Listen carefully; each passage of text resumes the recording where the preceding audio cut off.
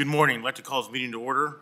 For the record, today's date is Tuesday, July 9th, 2024, and the time is 9:04.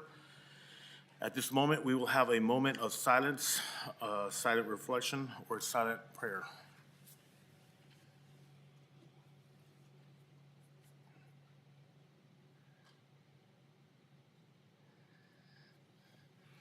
Thank you. County Council Karen, will you please lead us in the Pledge of Allegiance?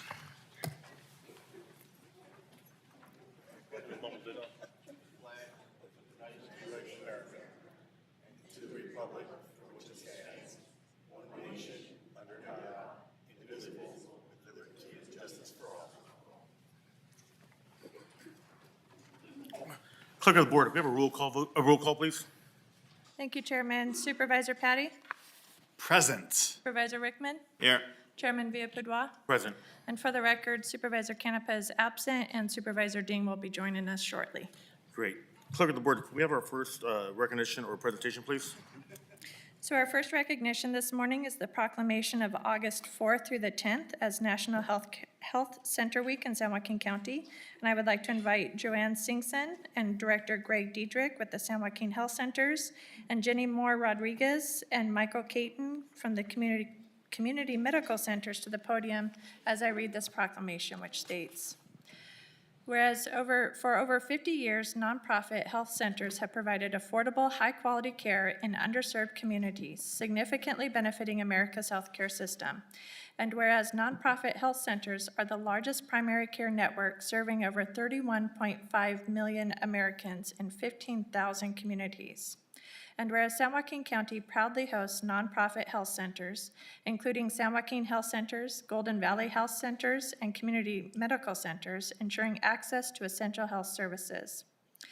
And whereas nonprofit health centers integrate services to reduce barriers and enhance care for vulnerable populations, including Medi-Cal beneficiaries, the uninsured, migrant workers, and the homeless. And whereas nonprofit health centers manage chronic conditions, provide wood care, and improve medication compliance, reducing hospital visits. And whereas these centers address health crisis, assist veterans, and respond to the opioid epidemic through specialized clinics. And whereas during National Health Center Week 2024, we celebrate San Joaquin County's health centers with the theme Powering Communities Through Caring Connections, honoring their legacy and dedicated staff.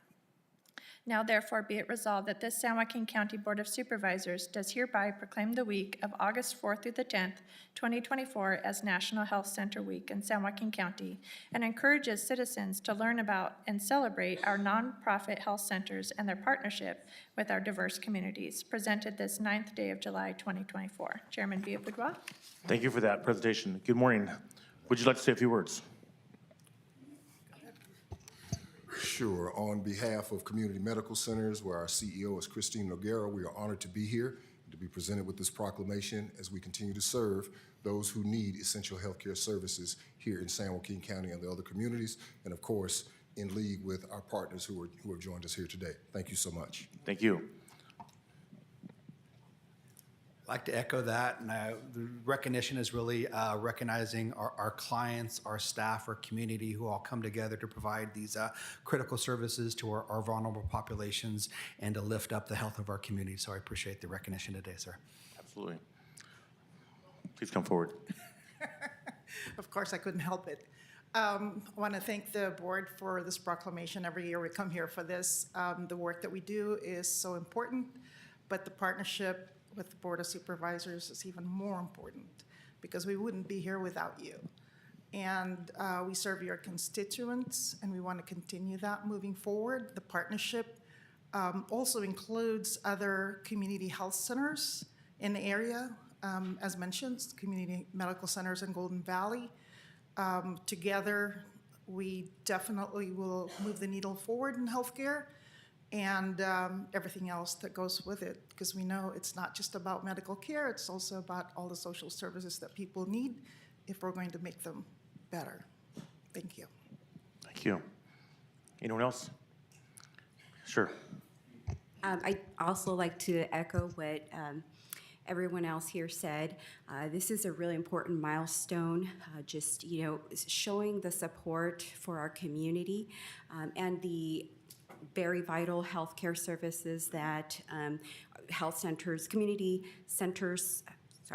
health centers provide, and it just really builds awareness about all the needs that it really still exist in this community, and just the importance of providing whole health care services. Well, I want to thank you guys for everything you do for our community. The services you provide are amazing, and I know that your staff is very caring, and we don't know what we'd do without you guys, so great job. Supervisor Patty, would you like to comment? Thank you, Chairman. It's as talked about, it is partnership. It is, gathering and bringing resources together to help throughout the community. Not everybody can make it to a hospital. Not everybody needs to be at a hospital. By having some of these healthcare centers and that partnership with the individuals and their needs, as we know, it's not one size shoe fits all. So being ready to serve the community as our clinics do throughout this entire county is a great benefit. We appreciate you. Glad we could give some recognition. And I know that Supervisor Rickman was up last night practicing a speech to give to you this morning. It's going to be amazing, so I won't take too much of his time. Thank you. Supervisor Rickman. Thank you, Chairman. That was the shortest speech Supervisor Petty, I think, made in the last 2 years. No, but, hey, this is something that affects everybody here in San Joaquin County, be it health or social services. We're all going to use it, sooner or later. And it's great that we have professionals and caring folks like you who are leading the charge. So thank you for everything you do, not just for this board when we talk about partnership, but for all the cities and residents here in San Joaquin County. We appreciate it. For Supervisor Rickman's speech, it was amazing. Would the board please join me for a photo?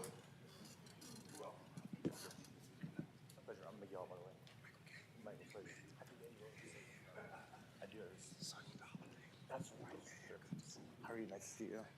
I'll give this to you.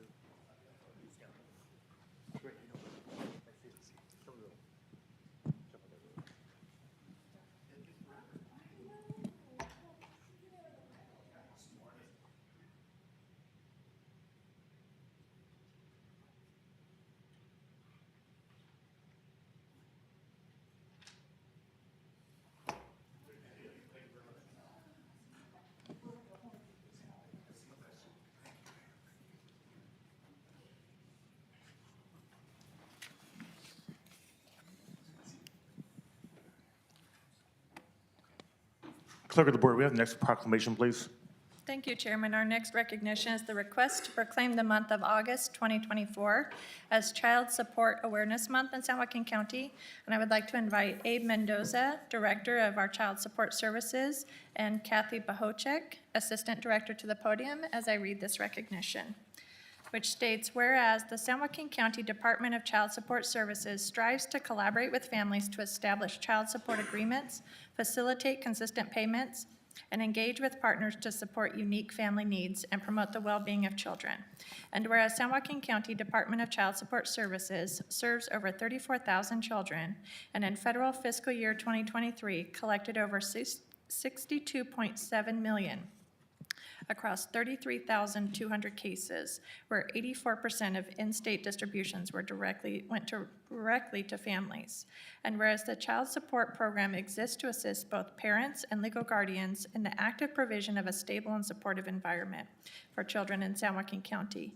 And whereas awareness of the needs of children and the responsibilities of parents to provide for the support of their children benefit all Californians. And whereas San Joaquin County Department of Child Support Services, in partnership with the state of California, commemorates Child Support Awareness Month with the theme of shelter, safety, solutions, and support. Now therefore be it resolved that this San Joaquin County Board of Supervisors does hereby proclaim the month of August 2024 as Child Support Awareness Month in San Joaquin County and recognizes the tremendous need that is filled by child support services. Presented this 9th day of July 2024. Chairman Villaboudois. Thank you so much. Would you like to say a few words? Yeah, thank you so much for August, Child Support Awareness Month. Appreciate the proclamation.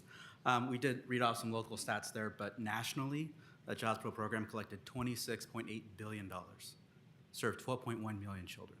In the state of California, we collected $2.6 billion and served 1.1 million children. So all that really couldn't be done.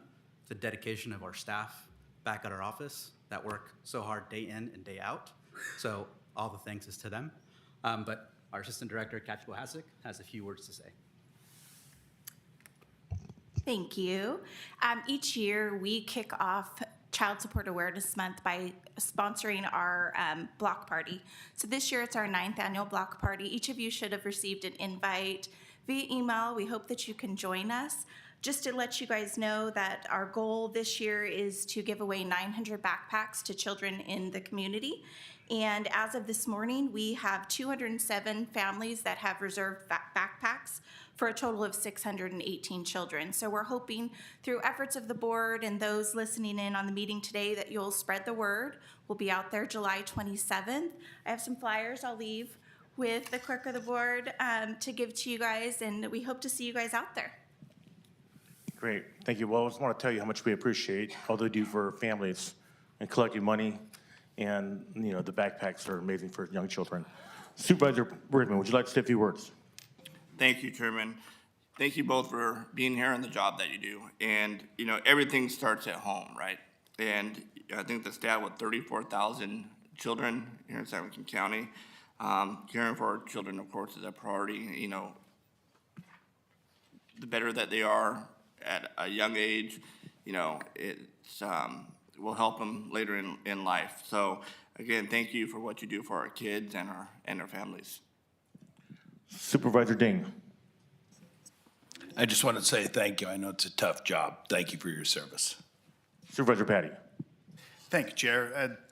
To you and the staff, obviously, and it's an ongoing issue, and oftentimes, as we know, sometimes there's separation between parents, and for them to reach out and have that support network that you guys can bring in some of those supports, some of those obligations that are fulfilled for a child's needs. So thank you for those efforts. I'm glad we give a month of recognition for this month, but we know that it's year-round that those efforts continue. So we appreciate it. Keep up the great work.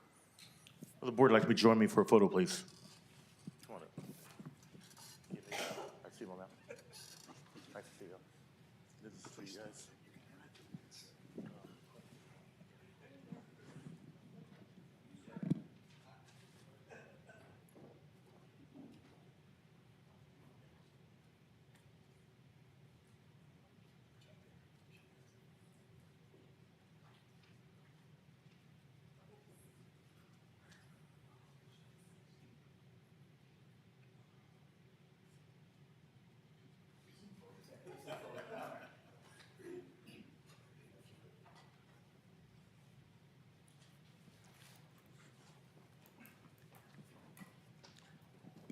Clerk of the board, we have the next proclamation, please.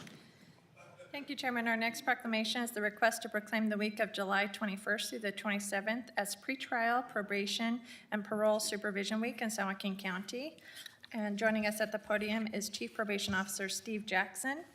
The proclamation reads, whereas community corrections professionals are an essential part of the justice system who uphold the law with dignity while recognizing the right of the public to be safeguarded from criminal activity.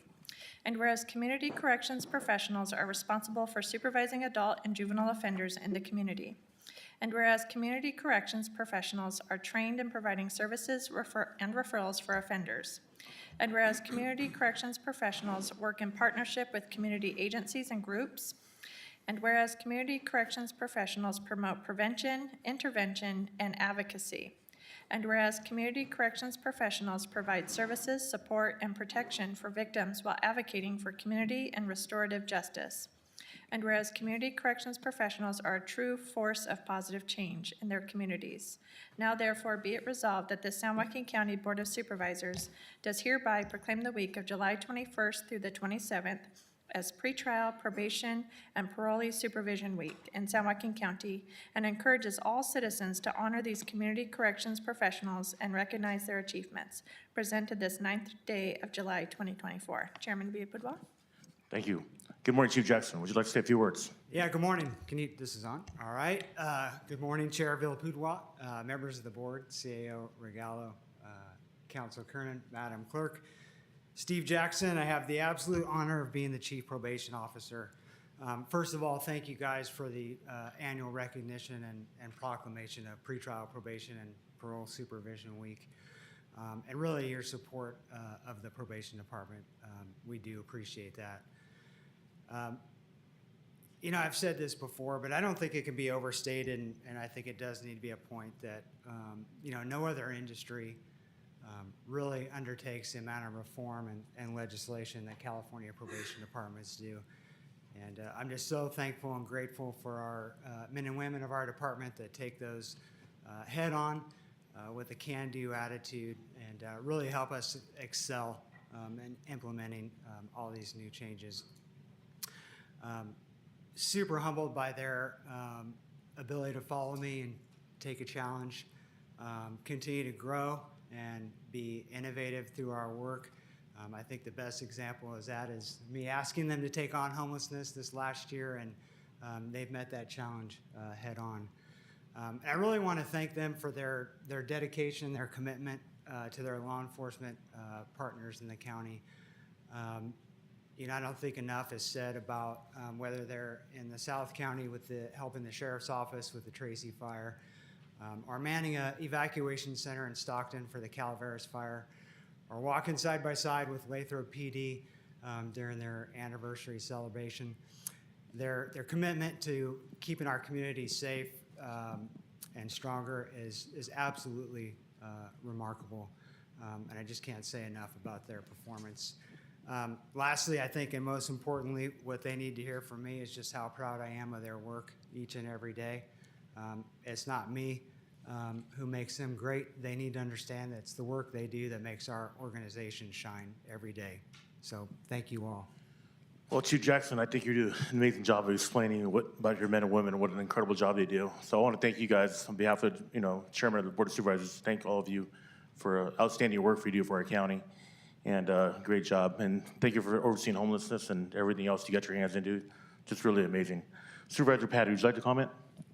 Thank you again, Chair. Chief Jackson, I had an opportunity about a year plus ago to take a tour through the facility. I was there on site for some particular reason and meet many of the staff members. And I have to say how impressed I was with the attitude, the leadership from the top down and from the boots on the ground. You know, all of those, many of them that are here now, you know, their dedication, their care, and the way they implement, I think, the services and the outreach that they have, and the real care for this community and each individual that oftentimes is caught through the justice system but needs a better pathway forward. I want to comment and really commend how effective you and the entire team is. It's a great reflection on San Joaquin County and this commitment to the community to make a difference in everybody's lives. And there's challenges every single day. I know that there's wins and there's losses, but as long as you get more wins in the column at the end of the day, which I know each and every one of you work to do, then we're doing exactly what needs to be done. So congratulations on a little bit of recognition. Glad we can have you here today. Supervisor Ding. Thank you. I got to be honest, when I was elected to this office, probation department, I'm thinking, I don't know if I'm thinking, I shouldn't say Rockford Files, I'm really dating myself. I'm picturing some guy sitting in an office, filing cabinet, files up to here, smoking a cigarette and waiting for convicts to come check in with you. I had no idea how many hats you wear, the fact that you're on the front lines every single day. And you and your department have just been a blessing, and I want to thank you for your service. Thank you. Supervisor Rickman. Thank you, Chairman. Good to see you again, Chief. I mean, you're doing a great job, and, you know, the men and women of the probation department, you guys are just outstanding. And so I want to, you know, say thank you for all that you guys continue to do, even as, you know, this board puts more on your plate as with homelessness. And, you know, you're doing a great job, and we look forward to the progress you're going to make with homelessness under, you know, your leadership. So again, thank you and thank all the men and women of the probation department. And as you know, this board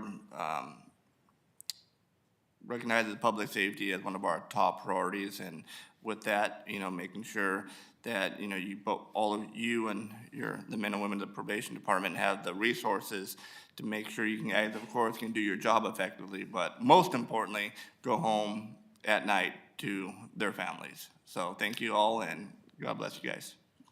Thank you. Chief, can I have you and your staff come down for a photo, please? Absolutely. Thank Will you. the board please join me?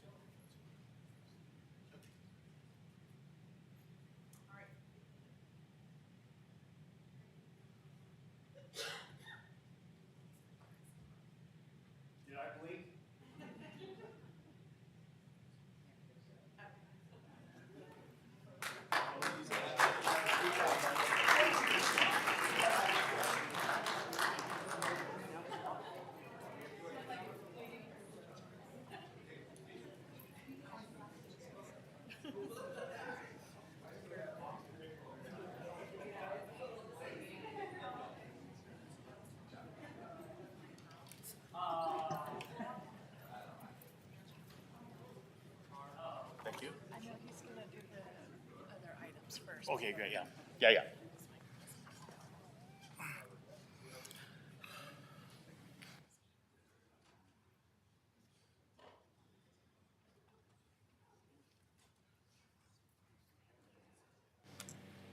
Okay, before we go to public comment, County Council, do you have anything to report? Yes, there are a few announcements. With a few changes to the schedule, or the agenda, I should say. Discussion number 5 is an item which the county administrator has indicated that she intends to pull, or that she wishes to pull, but will be bringing back at a subsequent meeting.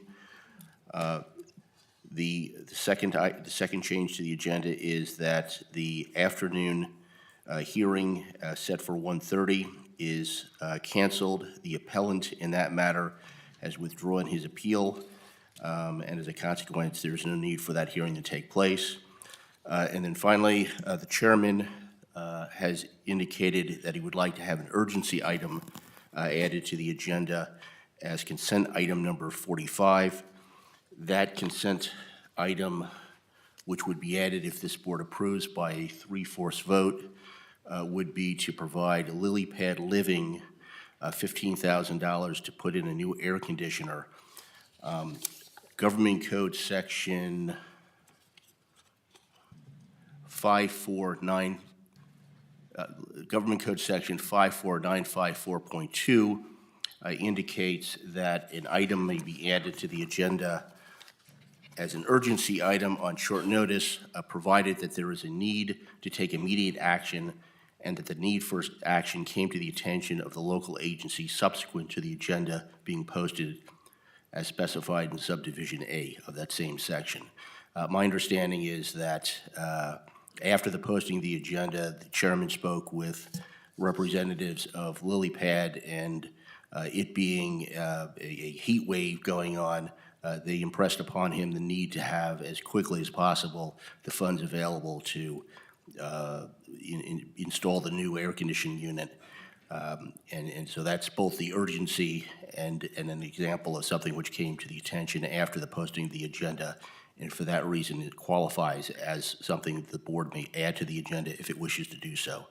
So I would suggest a motion be made to that effect, and if the board approves it, as I indicated by 3/4 vote, it will be added to the agenda. Thank you very much. Chairman, motion to add. Thank you very much. There's a second? I'll second. We have a first and a second. Do we need a Supervisor Patty and Supervisor Dane second, I believe?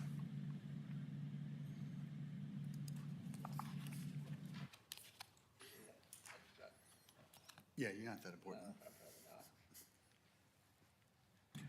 Guys, go ahead and vote electronically. I think my computer went down. I must have touched something. Can we do a roll call vote, please?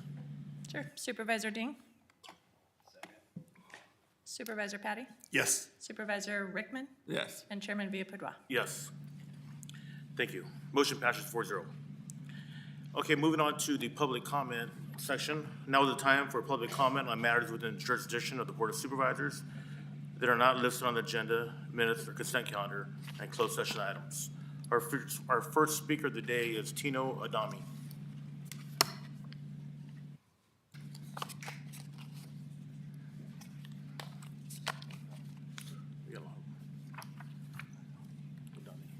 Good morning, Chairman Miguel Villapadua and board members. Thank you.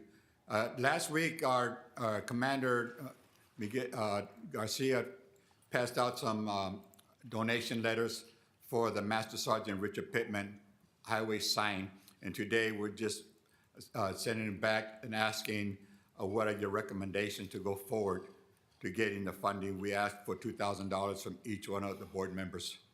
So, but putting that aside, myself and Dave, we'd like to thank the board members for all you have done for veterans.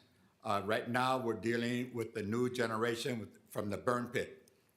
They're really sick and dying, and we continue advocating for them.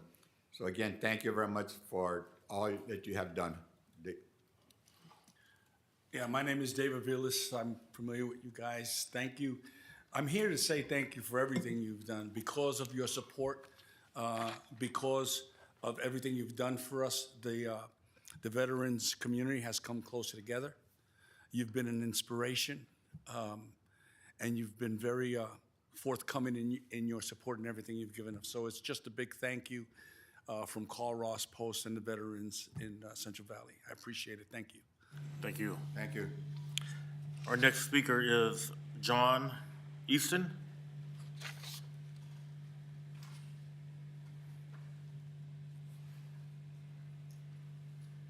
Is that Easter or Easton? I'm sorry. Easter. Easter. Sorry, couldn't read the writing. All right, God bless. First, thank you, County Board of Supervisors, and for what you have already done. And you said, what is that? I am Pastor John Easter from Greater New Hope Deliverance Church of God in Christ. Also, I am the chaplain for AMBET. We are working on a few housing, one for women and men. I have sent letters to you. I just thank you for just taking time to look at our letters and try to support us. We're working with the collaboration of a lot of different agencies. And what we are doing, we're having the board of the county board of the permit center are working with us now. They allowed us to go forward, and we're just raising $15,000, and we'll be digging. I'm gonna leave some my cards here. If you go to my website, you'll see all the work we have done. And so that way, it's kind of hard at the amount of time to tell you, but I'm gonna leave these cards here so that you can see the work and what we're doing. We're collaborating by grant writing. We are submitting the grant for this July 15th. And we have other grants. We're working with a team now. That's how we're going to support ourselves. We're working with all the other agencies of the veterans. And so it's a teamwork, and it's definitely needed. We go into each and every county of the Board of Supervisors, not just in Stockton. This is our home base where we started. The color guard is also coming from AMBET on your next session. I wanted to get permission. I told them I would come and get permission if we can come up. This group of us, maybe 8 or 10, and they want to talk about the work that we're going to do. It's very much needed. The veterans just left. Carl Ross and said the same thing. So it's important for us to collaborate together, work together. And I've been doing this, it's kind of hard to believe, but since 1999, that's when I started, 501c3. I've been getting small grants, but it adds up. Now guess what happened? The land that we're talking about putting it on is paid for. I put over $60,000 into the project myself, coming from my retirement from Vietnam. And so I'm sold out to helping veterans. And by saying that, first of all, I had to do my church work. And then after that, God allowed me to now help veterans. I've been doing it for years, but now everybody see that I'm for real. So you have to show yourself as a real person. And I give all my time put into this organization. And if it's okay, I'll bring the team next session. I think this is the 23rd. I believe so, yes. It's August 3rd. August, yeah. Pardon me? August 13th. The 30th? 13th. Oh, the 13th. The next meeting is August 13th. Okay. Yeah. All right. Thank you very much. Thank you. Our next speaker is Molly Watkins.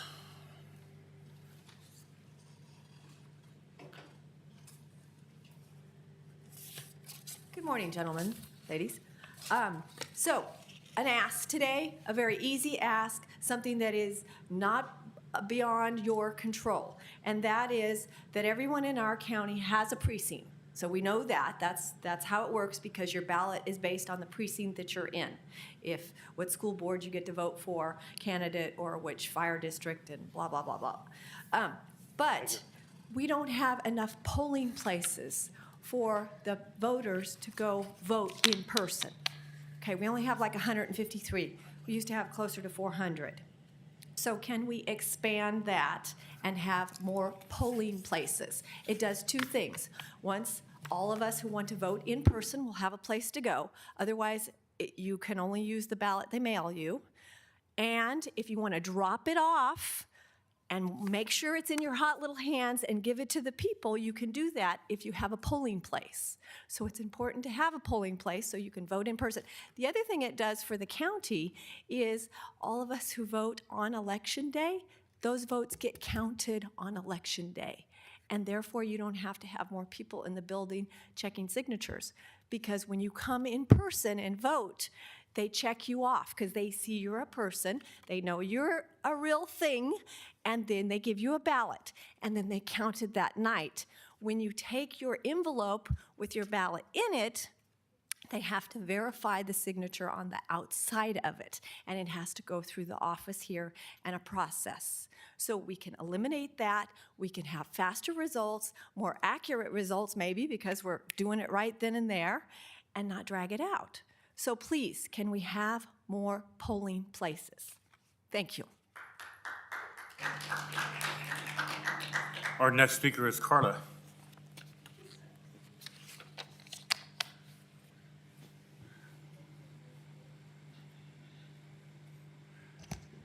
Good morning, Good morning, and Carla. thank you, Chairman Of course. and members. Okay, so I'm a citizen of the United States of America, and I fall under the Constitution, as do you, and you all swore to uphold the Constitution, and I expect you to do that. When I come to the board, I always try to be respectful. I expect respect back. So I want to remind you also that we put you in your positions, okay? Thank you. So at the last board meeting, I stated I had some solutions on how to run our elections fair and safely, and do not break any current federal or state election laws. Let me repeat that they do not break any current federal or state laws. Number one, do not let any ballots be counted before 8 o'clock on election day. We used to do this. I don't care what it's used for. Nothing should be touched until 8 o'clock on election day. There's no law that says we have to do that. Also, state mandate says for every 30,000 registered voters, we have to have a drop box. We have approximately, and this is a fluid number, 335,000 registered voters. That's 11.16 drop boxes. I don't think they'll let us have 11.16, so we'll raise it up to 12. That is all that's mandated. That's all we need, and it will also save the ROV money because they won't have to go collect. Number three, start a vigorous campaign for voters to go back in time to 2018, where everybody voted in person, except for people that were not able to and did it absentee or they were in military. All voters should go vote in person. All voters must be assigned a polling place, and that did not happen in the primary. All voters will still get their vote by mail as mandated from the state, but there's nothing in the law that says you have to use those. With most voters going to the polling place, we need to go back to pre-COVID polling numbers like Molly said. We need 400. And that's easy to do if we get with the new training the ROV is doing. To go along with the polling places, there should be no problem doing a hand count parallel to what the ROV needs to do. And since we're going to have all the polling places, the hand count needs to be done on each polling case like we used to do in 2018. Then also, all counted ballots, and we've talked about this before, once they are counted, they need to be marked. Not making any accusations here, but then they're marked and they don't get counted again. So if you put these 6 items in place, and I'm sorry this sounds harsh, but it makes the citizens of San Joaquin at least feel that you're trying to do something. Thank you.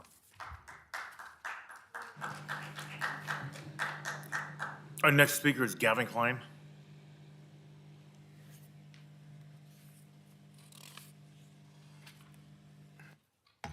Good morning, Mr. Chairman, members of the board, county staff, and community. Thank you, Gavin Klein, one of the field representatives for Congressman John Duarte's office.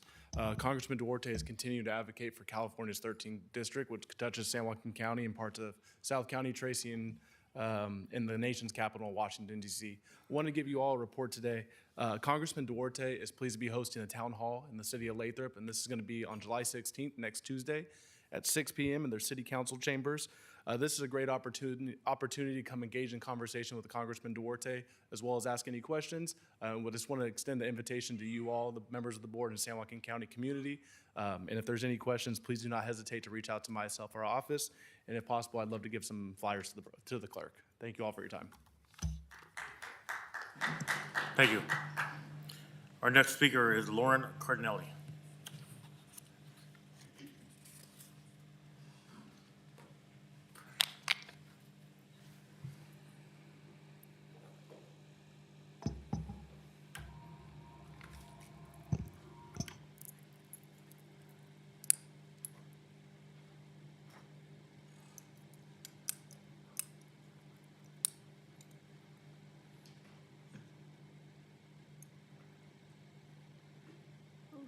Air's pouring it out today.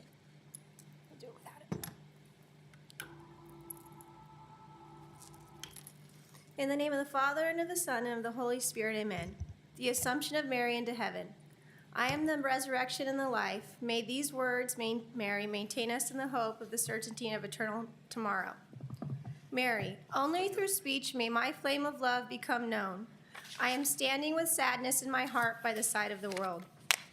You have no right to remain silent, neither by cowardice nor pride, neither by negligence nor fear nor sacrifice.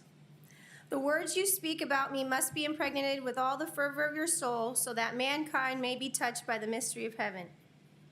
Hail Mary, full of grace, the Lord is with thee. Blessed art thou amongst women, and blessed is the fruit of thy womb, Jesus. Holy Mary, Mother of God, pray for us sinners. Spread the effective grace of thy flame of love over all humanity, now and at the hour of our death. Amen. In 1917, the Pope ignored the pleas of the Blessed Virgin Mary, and Stalin took over in Russia. He coined the phrase misinformation. I'm kind of concerned why the federal government would be using the same words as a man who starved 20 million of his own people. Locally in our county, we're going to start starving people by saying there's a bug virus, and the ag commissioner needs that bug virus to be remediated through a local emergency. We're also going to give $15,000 for an air conditioning on an emergency work stoppage purpose basis, but there are children who have been poisoned with a bioweapon thanks to the federal government's programming with the UN and the World Health Organization, and you guys can't even look me in the face. It's your signature, Supervisor Rickman and Supervisor Patty, that authorized the countermeasure that Tetra Tech released. The criminal negligence is on yourselves and the 4 prior signatories, including Chuck Wynn and Villa Padua. Local Healthcare Services Organization is a criminal organization advancing a global agenda of illegal governance of individual health services. Immunizations are fatal and injurious. The harm leads from AIDS to immediate death of unproduced children. I just had an alumni from my college preparatory academy die suddenly of heart failure. We are experiencing what is known as a high-level emergency activity. I reported it through the sheriff's office, and you can look at report P124170185. It's time for humanity to step up and tell them no more. No more death, no more destruction. Your family people, make the call. Our next speaker is Antonia Fields.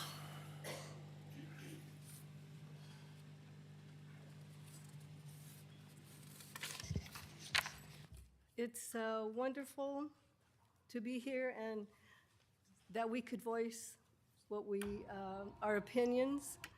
And I just want to say that voting is an honorable thing, and we desire for it to be right. And I just want to, I'm glad that Carla and Molly, that they put the details in it. But, you know, increasing the polling places would be great. Some of you might remember where we could just walk down the block, or it wasn't far. But I went to Delta and I couldn't even find the place. And then when I found it, I had to park a long way. And then anyway, it was very hard for handicapped and people to go to it. So I just want to voice that we do need more voting places. And to hand count, that's only fair and right. And to count the ballots at 8 o'clock on election day, that's only right and fair, and that's all I want to say. Thank you. Our next speaker is Mary Nicholson.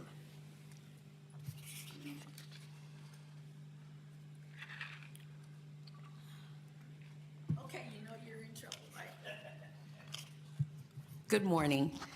I'd like to first thank everyone who came to the French Camp community meeting last night. Attendees included people from French Camp, Lathrop, Manteca, Stockton, and other neighboring communities.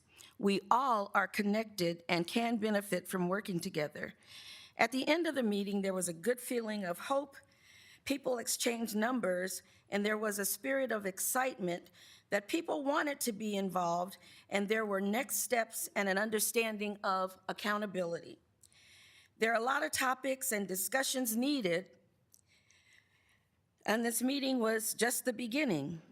3 managers from public health showed up, and it was all brought together with our wonderful speaker for the night, which is my supervisor, Tom Patty. So I want to thank you personally for showing up and being there and making it part of a wonderful community effort, including the CEO of Health Plan of San Joaquin and other business communities joined the residents, and others influenced are associated with French Camp. We participated in conversation, Q&A. Some of it was, heartfelt, but it was just the beginning. And I just want you to understand, we also broke bread together. We had ample food, drinks, and we also celebrated by giving away a lot of door prizes, and we had vendors who shared information. And so it was a really structured, good, wonderful community event. But that was just the beginning. We don't have a lot of time, but we're going to make good use of it. We're going to have other meetings. And, the community French Camp is made of so many people, and I'm glad that surrounding communities showed up. And it's kind of ironic that the little small town of French Camp is the one who's been taking care of the newest city in San Joaquin County. Our fire district has been covering Mountain House for several years. There's a lot that's going on in French Camp. But does that mean I have 30 seconds? Okay, that's all right. But I want you to understand something. The people who were here from the probation department, you saw all of them? They're part of French Camp. They utilize our roads. They use our post office. There's so many people who were born at the hospital that's located in French Camp. We want to change some things. And again, we're not going to let dust get under our feet. I just want you to know that. And every single one of you are accountable for the image and the changes that need to be placed and taking place in French Camp. Thank you so much. Thank you. Our next speaker is Jessica Wagner.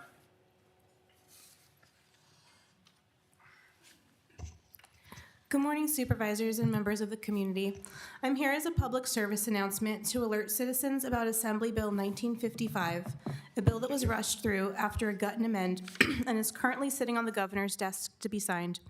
This bill would make it the norm for schools to actively keep secrets from parents regarding their child's mental health.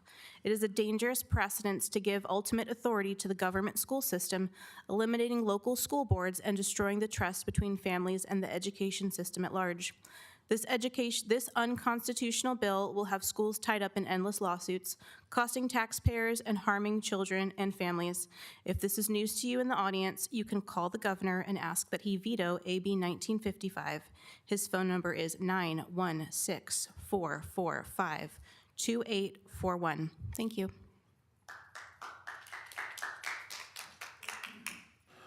Our next speaker is Cynthia Cuevas.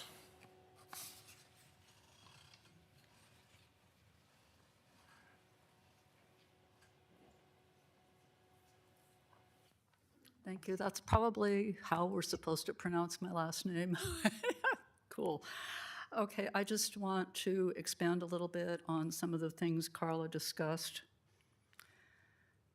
First of all, I believe there must be non-county regular staff involved whenever counting of ballots commences and until it is deemed finished. They can be paid temporary workers if that is something that is necessary from the county standpoint. They could also be volunteers. But it's just very important to do that and to be sure that the hand counting that we are also strongly requesting is done correctly. The 24/7 video that we were supposed to have above the drop boxes didn't work in March. I guess it didn't work for any of the drop boxes. My suggestion on this is that we need video on all these drop boxes. I would also, state what Carla did. We only need 12 drop boxes. Lock the rest of them up. Move them out if you want to, but make them inaccessible. If any of the drop boxes that are used, the video doesn't work, the sheriff needs to be notified if that's the correct procedure, and those locked up until and unless they are proven functional. We also need a, pre-election certification to make sure that these things are working. And I hope you guys got your 40,000 back from the last thing that didn't work. Last thing regarding hand counting, there is an organization called Cause of America that kind of specializes in teaching accurate and efficient hand counting. That's just a thought, if that's a concern for the ROV's office. Counted ballots must be marked as such. Carla mentioned that. They also need to be set aside. When there's a full container or whatever of them, it needs to be sealed and signed by 2 people, stating that they observed that these ballots were marked and that they've been processed. Then they can be stored. Thank you. Thank you. Our next speaker is Robert Ortega.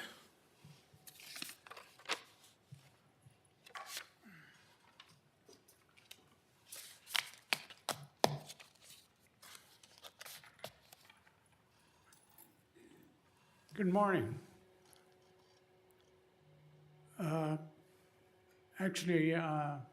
Good morning, respective supervisors. This is my first time here, so excuse me.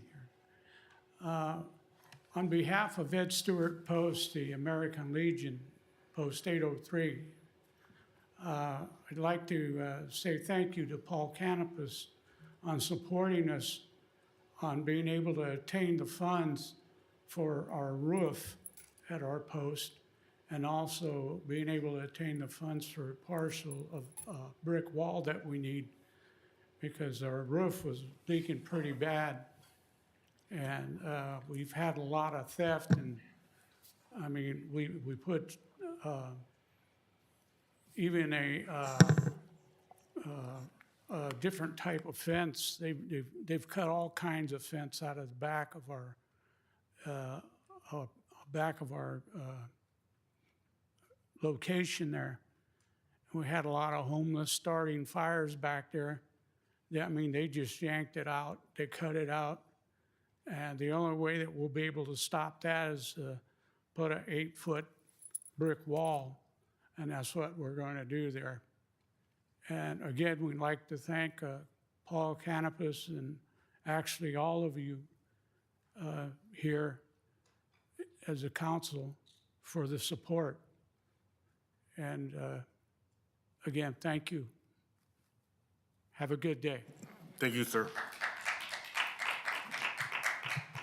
Anyone else who'd like to address the board? No idea. Okay.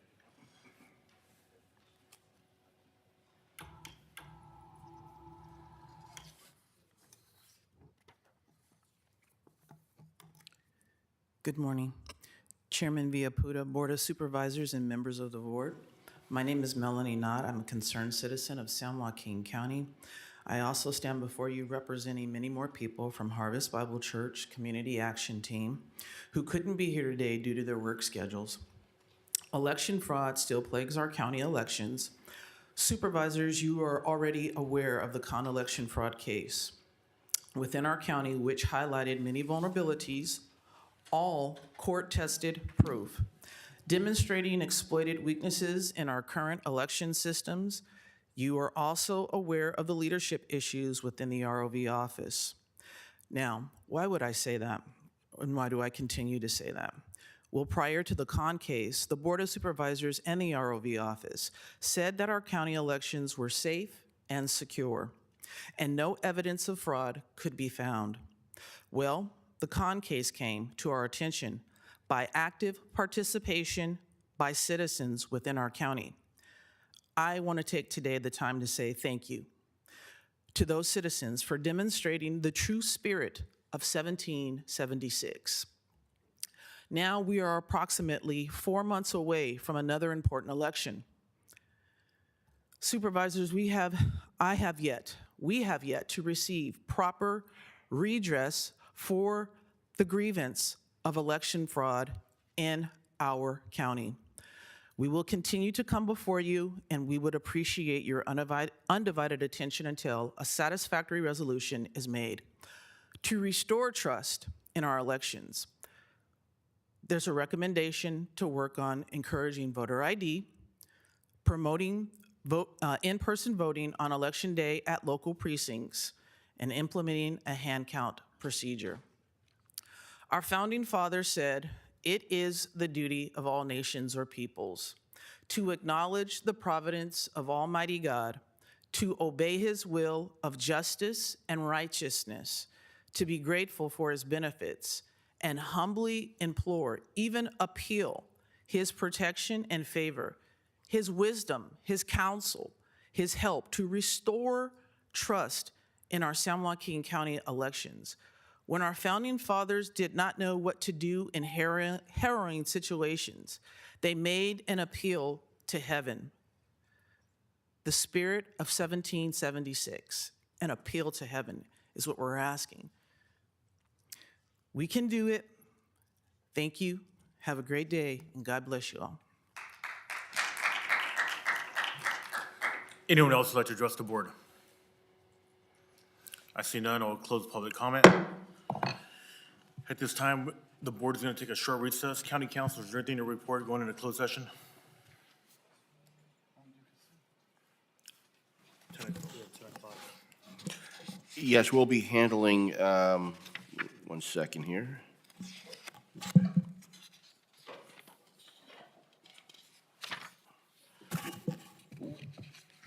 We'll be handling the litigation matter as well as the employment, the labor negotiation matter.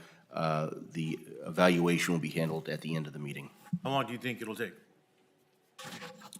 Half hour. Okay, well, the board will resume at 10:30, so we'll see you all back at 10:30. Thank you.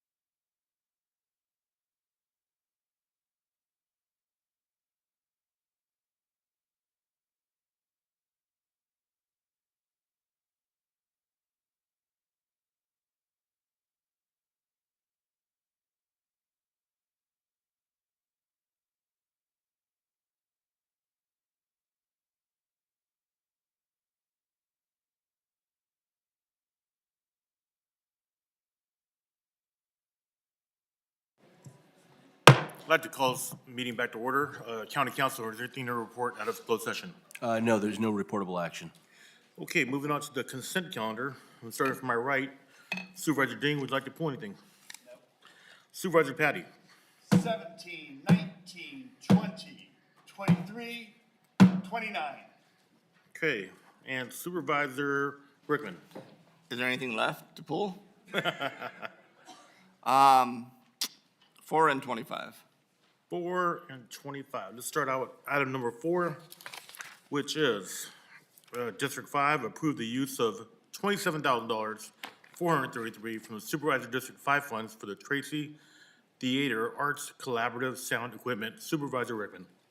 Thank you, Chairman. Just real quick, just a quick statement of, where we're spending my District 5 funds. Art is an important part of all our communities, especially our youth.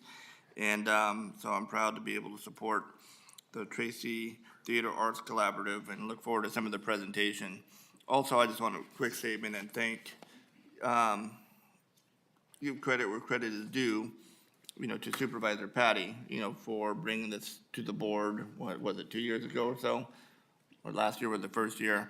And if you look at some of the stuff we're able to fund with District 5 funds that wouldn't otherwise be funded, some of the small nonprofits that don't have grant writers, and, a lot of these folks are spending their own money to bring things here to our community. So kudos to you, good foresight on your part. So that's it, Chair. Thank you. Thank you. Moving on to item number 19.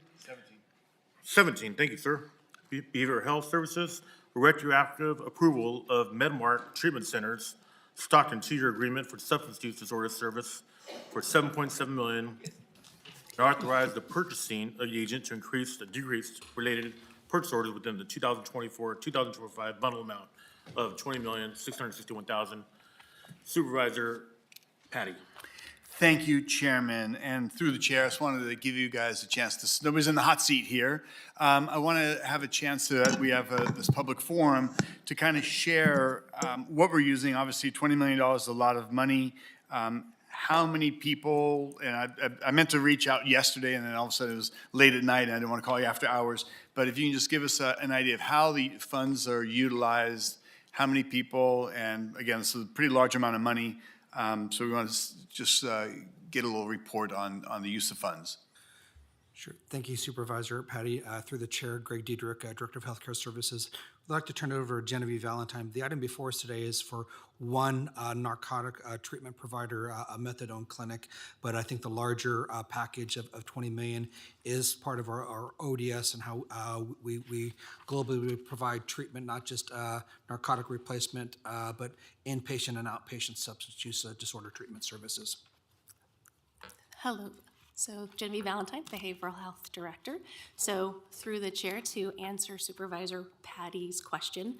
So this bundled service for narcotic treatment will actually have 2,660 slots of services between our two providers. And so that will be 2,660 individuals throughout the county who will be able to provide and receive narcotic treatment between the two providers. 2,600 people, but $20 million? So that would be over, including, so when you keep that in mind, that will also allow us to have the match for Medi-Cal services. So we have to be able to provide the services in order to then give to the state the ability to draw down the federal services.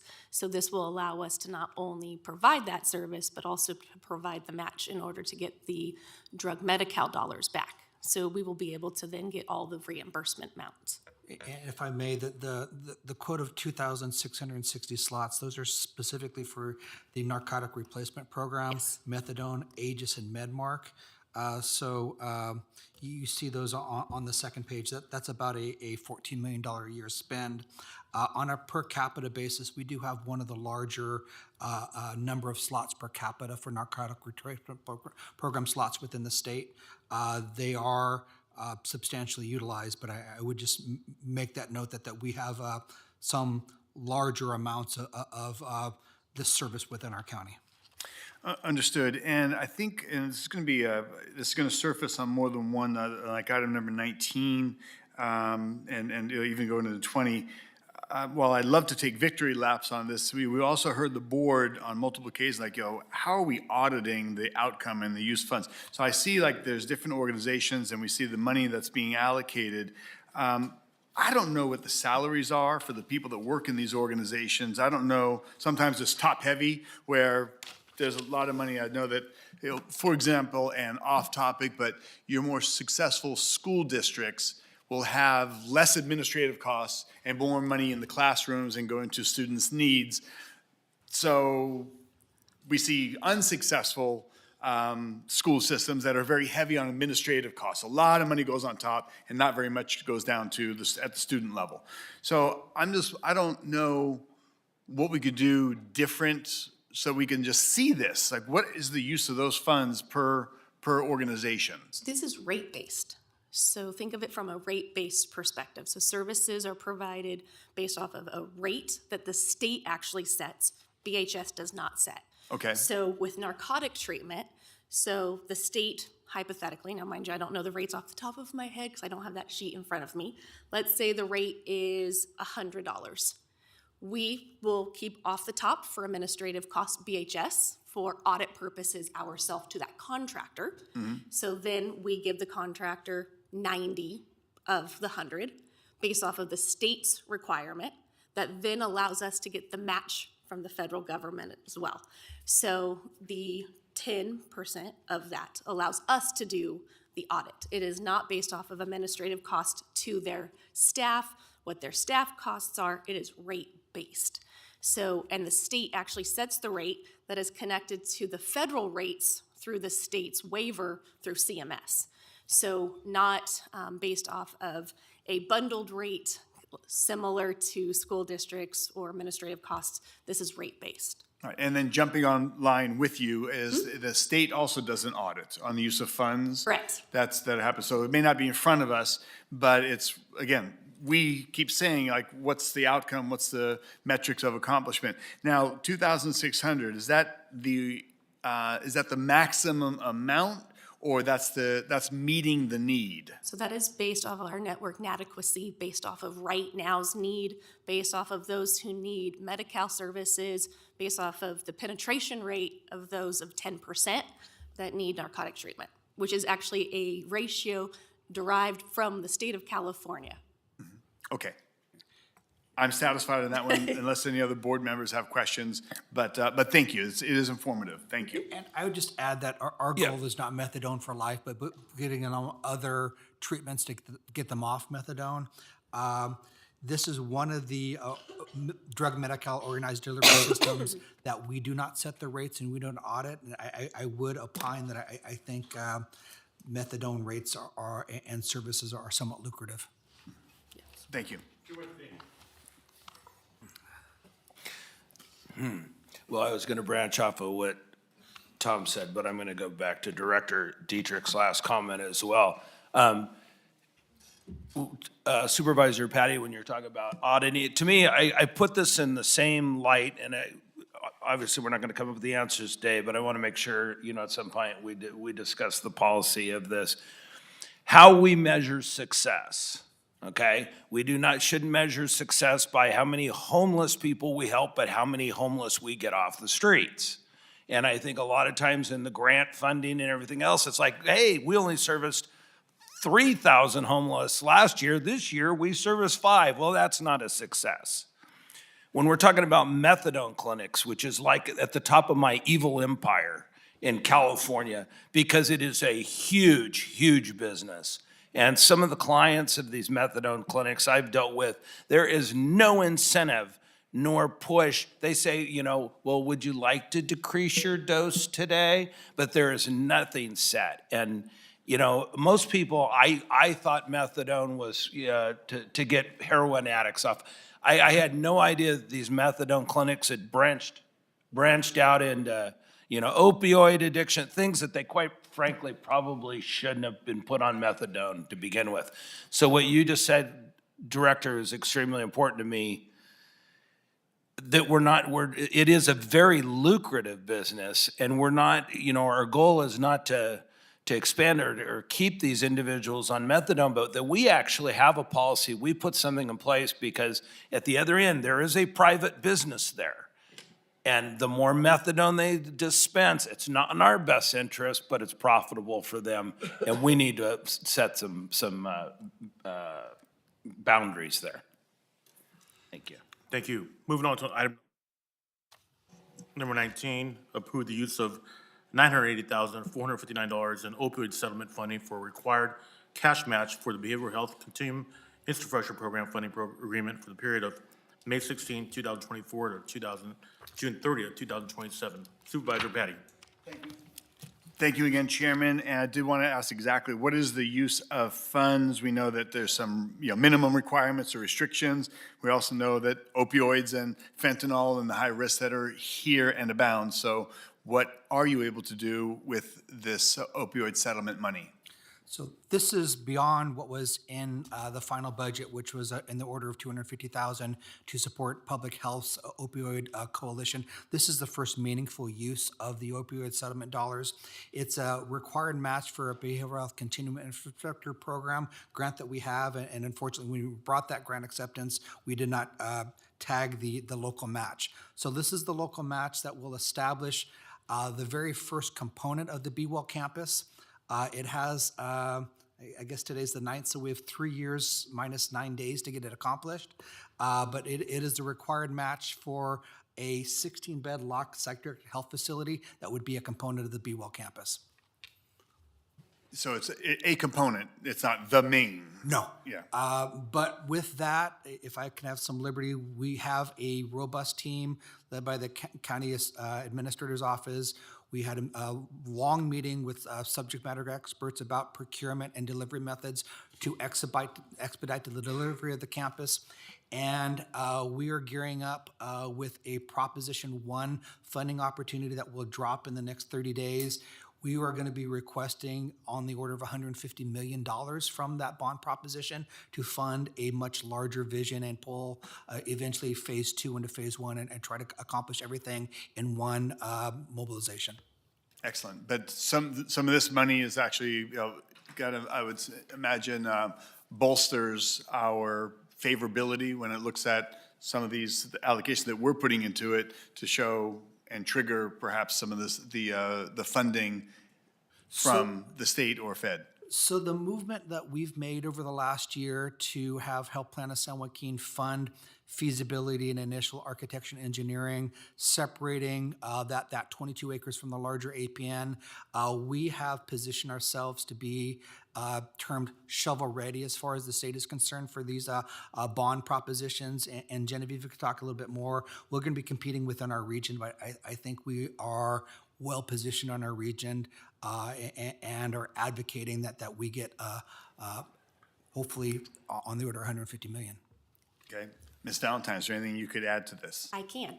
So through the chair to Supervisor Patty, so the opiate settlement funds will be the 10% match to B-CHIP round 5, which is the psychiatric health facility, which is the one component of one building of the Be Well campus. This will also allow us to be ready for Care Court and SB 43, which will allow substance abuse to be one of the reasons why someone can be put on a hold for 5150. So this will allow us to be proactive rather than reactive. But yes, B-CHIP round 5 is going to be the infrastructure that they are going to use for B-CHIP round 7, which is what what Greg was mentioning for Prop 1, which will be the $150 million that I will be seeking from the state for the rest of the Be Well campus. Excellent. And the reason why I pulled this not only for the board to discuss, but for just the general public, and so that we have this a little bit of conversation. We know the needs are many, and it's very vast, and it's a multi-pronged approach, and it's has a lot of moving parts, so to speak, and to put it mildly. So I'd appreciate that there is a steadfast effort and it's collaborative, and you are working, and so just getting a chance to get briefed on it and you see the use of funds, I think is very helpful for us. Thank you. Chairman, that's all. Somebody other? Thank you. We'll Any move other on to supervisor? item number 20, behavioral health. Any other approval. supervisor? Any other supervisor want to speak on this subject? Doesn't look like it. Okay, thank you, sir. Okay, number 20, approval of the agreement with Central Valley Low Income Housing Corporation for Behavioral Health Bridge Housing Program with the period of August 1st, 2024 to June 30th, 2027, in the amount of $7.653763. Supervisor Patty. Again, thank you, Chair. And just following up, similar to item number 17, how many people, what's the number of individuals that we're servicing? And again, this is one of those examples of the use of funds. I'm looking at the report and we'll see what's submitted. And I believe we really should include in this more of a breakdown on how those funds administratively are allocated.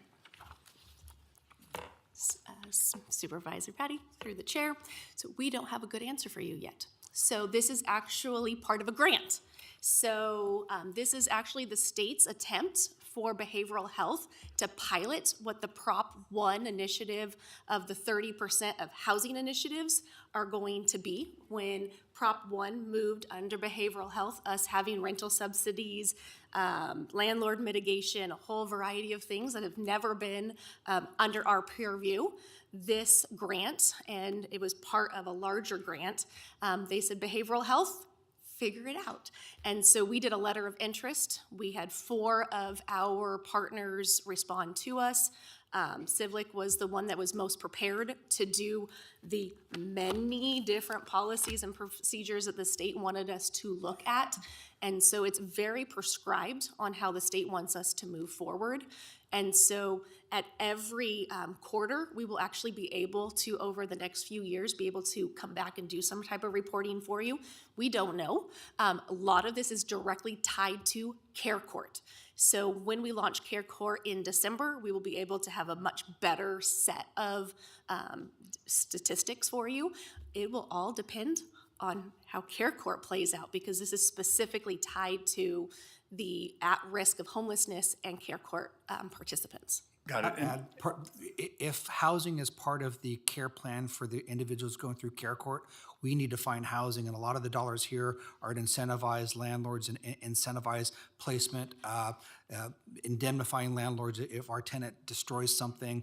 We're looking to avoid potentially $1,000 per day fines per individual that is not housed if it's come out under the Care Court plan. So, and Civlic was the entity in the county best positioned and aligned with other BHS programs to do this program for us. So Prop 1 then, if I understand correctly, is triggering where we are with this, and we don't quite know the full extent of not only how many people we'll be serving, but the implementation. This is just, it's very fluid. This is very fluid. So this will allow for rental assistance, housing navigation, to create the continuum of interim housing, shelter housing, to set up a list of motels and hotels for us to have ready, landlord mitigation, as well as state reporting requirements for homeless or at risk of homelessness, specifically for Care Court at first, but then to pivot and bridge over to Prop 1 when we move into that direction of a whole new world that I have not encountered before.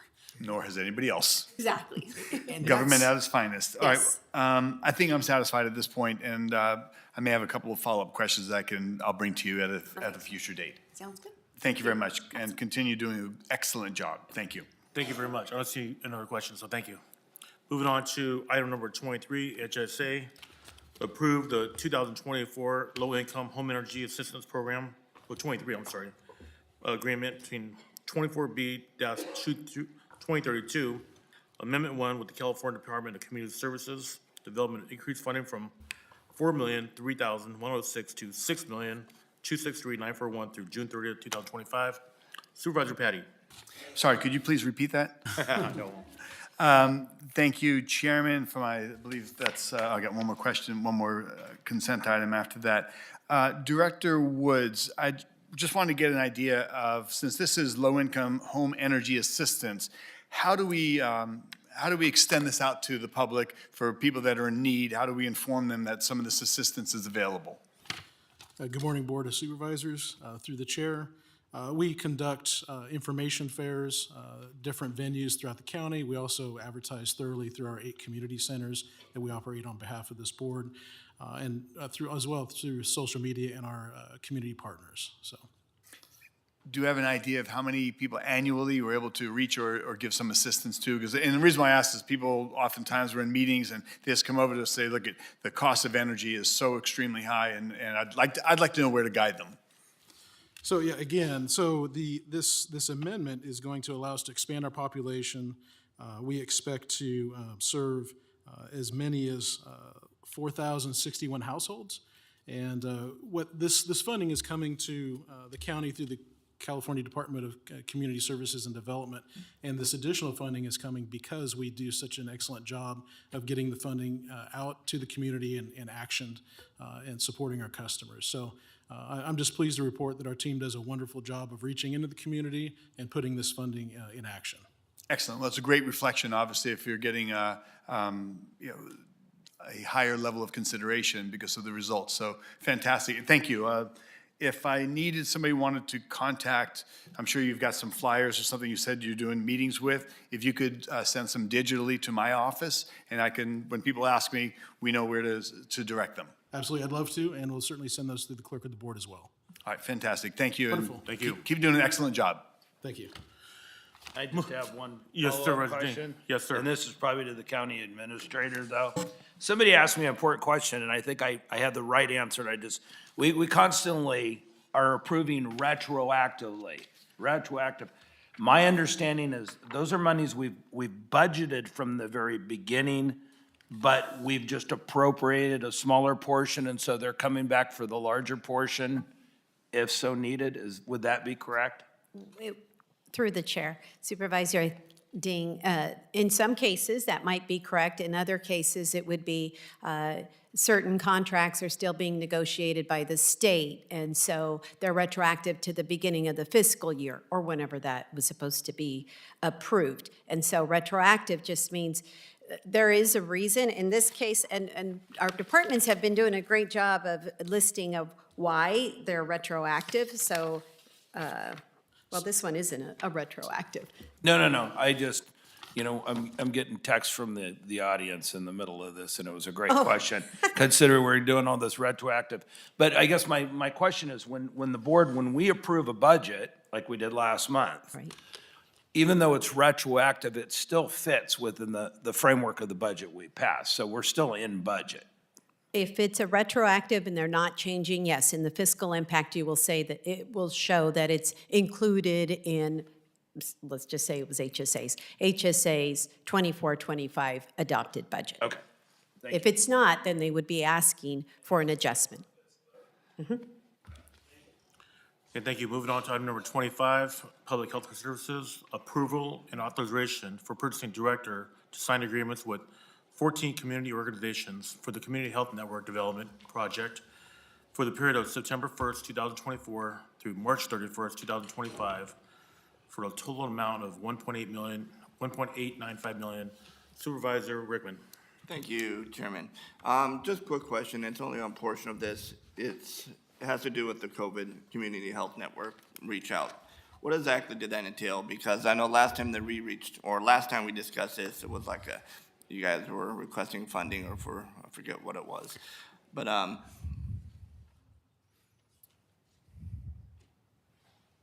what does it entail in the fact that the vaccine, even though it's called a vaccine, it doesn't prevent the virus from you getting it?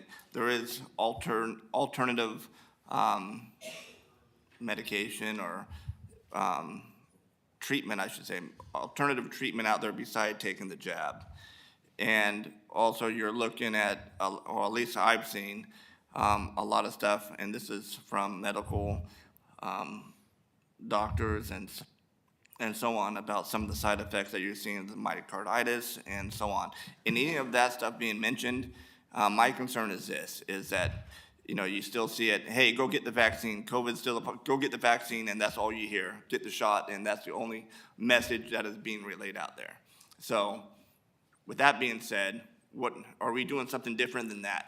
And are you taking into any of the consideration that we discussed, I believe it was last year? So Supervisor Rickman, through the chair, the item last year that was voted down was more of a community-wide engagement with the third party to facilitate messaging.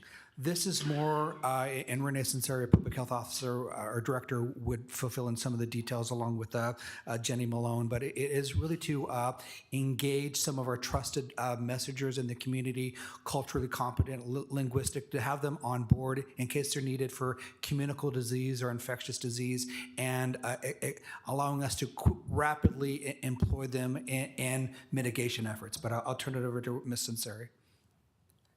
Good morning, Board of Supervisors, through the Chair. Renee Sinceri, Public Health Director. To answer your question, Board of Supervisor Rickman, this isn't the same request. It is more along the lines of emergency preparedness and engaging with our CBOs to be able to have the capacity to respond as far as staffing. We won't be pulling our internal resources as greatly and see a return on investment twofold by engaging our resources in the community, strengthening our partnerships, and working on our next, whatever it may be, as far as preparedness for emergency response. All right, but I'm looking at, this is on packet number 1572, disseminate at least 4 COVID-19 vaccination, testing, and other communicable disease information monthly developed in by blah, blah, blah, at least 2 of the following platforms, and it says, the social media. So what is the message that we're sending out? Well, it would depend on the disease at hand. Well, I mean, take all the other diseases away. I don't have a problem with that. I just want to concentrate on COVID. So with COVID. Well, good morning, Supervisors. I'm Alyssa Yago. I am the Emerging Diseases Program Manager, which also oversees the Emergency Preparedness Unit. So what the messages are going to be, they are not just COVID. I do want to put that out there. The messaging is more about avoiding the spread. It is about public awareness that it is out there and that there are options that people have in order to combat any of the communicable disease illnesses. Right. I know this is what happened last time.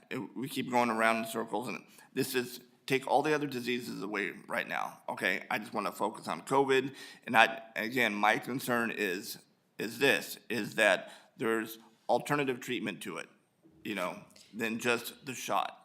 There is some side effects that you've seen more and more as the studies and come out from doctors themselves and about myocarditis and so on.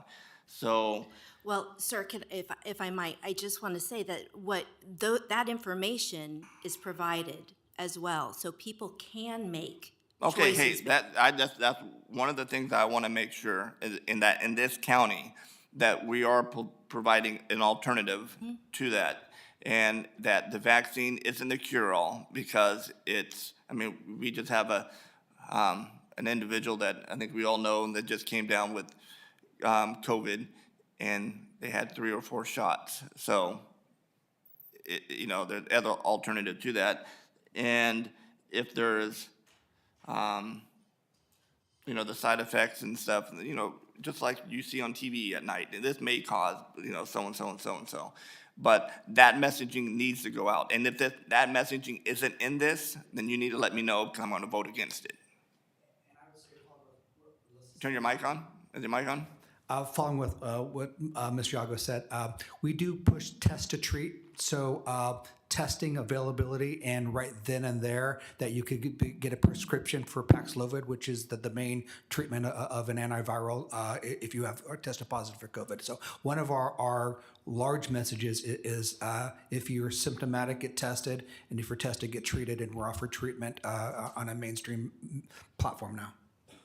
All right, I'm gonna take a look at this when it comes out, as long as we have the alternatives to that. We're not just pushing the jab, and if, you know, and there are the side effects, the potential for whatever it may be, myocarditis or heart conditions or whatever.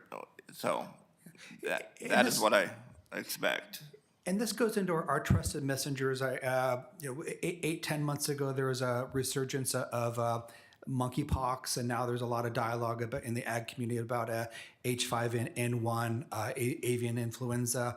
But if something like this happens, having quick access to our trusted messengers, our CBOs, people that are a lot closer to the people that we need to serve, are readily engaged with public health services. Okay, And hey, I don't disagree with that. And again, this is not about getting the message out there in, you know, the personnel to do it, but the type of message that we are sending out there. Because people, I mean, with this whole COVID pandemic, you know, it has had a huge negative effect on how people trust government, how people trust medical professionals with this whole COVID thing, the stuff that you're seeing. So as long as we have the message out there that is truthful, the alternatives to that, and let people make informed decision based on the facts and the stuff that is out there, not the messaging, you know, to itself. So as long as that's in the messaging that we're sending out, I don't have an issue with it.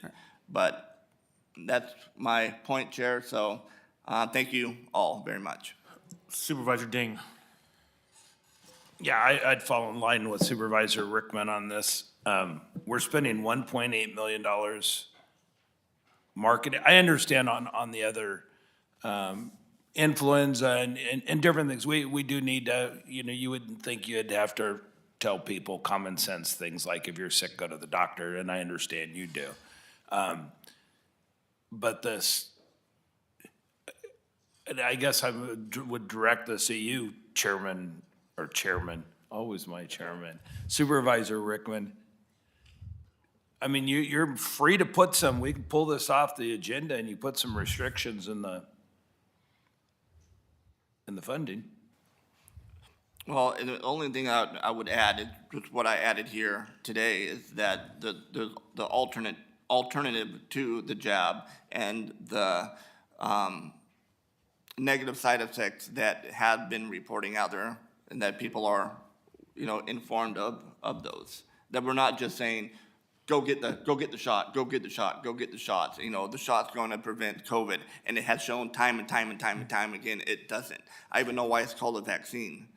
But so people need to be aware of the reality of what they're putting in their body, and you know, let people make the decision themselves. But we shouldn't be pushing a product, or we should be as transparent as possible in this county of what the truth is out there. And I agree with you. I mean, if my mother was writing these ads, it would be, you know, essential oils cures all. And so far, it took me 60 years. She's turning out to be right about all of this stuff. But do you want to do that or just leave it alone?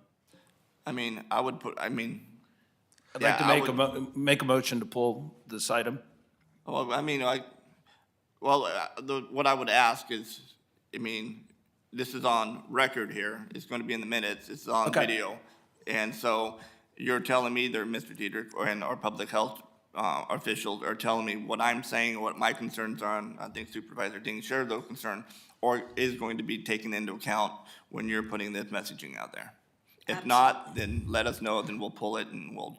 I will assure you that we have heard your guidance, and we'll make sure that there is a balance, and we're not pushing vaccinations, but we are pushing information so people can make informed decisions on what they want to do. All right, Supervisor Ding, what do you think? All right. We do have one more speaker, Supervisor Patty. Thank you, Chairman. So question for you. This, on the agenda, it talks about how developing specialized programs addressing chronic and communicable disease control is, and since we're all talking about COVID, is COVID considered a communicable disease? It is, yes. Communicable disease, it means that it can be spread human to human, yes. Okay, got it. So since we know, and to Supervisor Rickman's point, And he doesn't have very many valid points, but this one is a good one. Even if you had the vaccination, you're getting COVID. And we know that the strains of COVID are on the decline. It's basically you're getting a cold, maybe a more severe cold, but it's not the big, overwhelming, dramatic impact that it had just 2, 3, 4 years ago that was ravaging the country and beyond. So along the lines and noting that these concerns are prevalent, and we do know each and every one of us have stories of somebody who got the vaccination and 24 hours later they were dead. Myocarditis or something related or not, there seems to be a pattern. There seems to be, I've read a recent study on blood clotting. I've read the studies on children's impact and inflamed hearts and all these things. Why would we even be promoting in any capacity the vaccination? I agree with Supervisor Rickman, it'd be more along treatment of what to do when you have it. But I don't see any purpose at all in promoting the vaccination, unless, of course, and the only exclusion I have is if we put a major disclaimer with it, that, getting the jab may very well, just like, a smoking label has a warning label of, smoking causes cancer, smoking may do X, Y, Z. Well, getting the vaccination, we're showing that categorically there's there's a percentage of people that are getting, not everybody who smokes gets cancer, but there's a warning label. If you're going to get a vaccination, it should come with a warning label at this point because it's not safe. It hasn't even been proven over a 10-year period of time. This is all very new. So, I believe we should take out any mention of a vaccination. People know it's out there if they want, and that's between them and their doctor. But also to Supervisor Rickman's point, talk more about treatment options and what to do if you are testing positive for anything, whether it be monkeypox or anything else. And I think maybe that's a pivot, because this is really, as Director Sinceri said, emergency preparedness. And we're kind of out of the seasonal flu season right now, but that will be coming up in August, September. H5N1, the AVN, which is in dairy cattle and bird. It's subtype A of influenza. But what we're doing now is part of preparation. If somebody in the ag community contracts influenza, we are working to pre-position Tamiflu, which is an antiviral, similar like what Paxlovid does, and its treatment to make sure that individuals that come down with seasonal influenza, that they are best protected. So, you have any follow-up to that, Renee? When any information is posted about a vaccine, we will be sure that when we give information to the public, that it's very balanced and that we're giving full disclosure of treatment options as well. There's something called a VIS sheet that provides all of the risks included in a vaccine, which I think is very important and actually is mandatory to give to people if they opt to get a vaccine. We won't be pushing an agenda. We'll just be there as information givers and of all of the information, which is the message that I'm hearing today. But I do want to make sure you're aware of the VIS sheet, because we would not want to withhold that, and it looks like that's what you're asking for, and we'll be sure to provide that. And that's included with the flu as well, anything that comes out, and that's what we would go by. Okay. Noting that we've got 3 of the supervisors voicing concerns about that, could we see and approve if we're allocating funding for something that we don't quite know what it is by way we don't see it? So I would suggest that it comes to us so we can visibly see and hold in our hands what that messaging platform looks like. Yes, we can send it. Did you want to see? No, my question is, are you speaking specifically to COVID, or do you want to see every single messaging that's being put out through this program? Well, if you've got an information pamphlet, booklet, something that you're going to be presenting, if it's 2 pages or 22 pages, I think it's helpful for us to see a relative comparison of what's listed as concerns for whatever treatment or vaccination that's out there.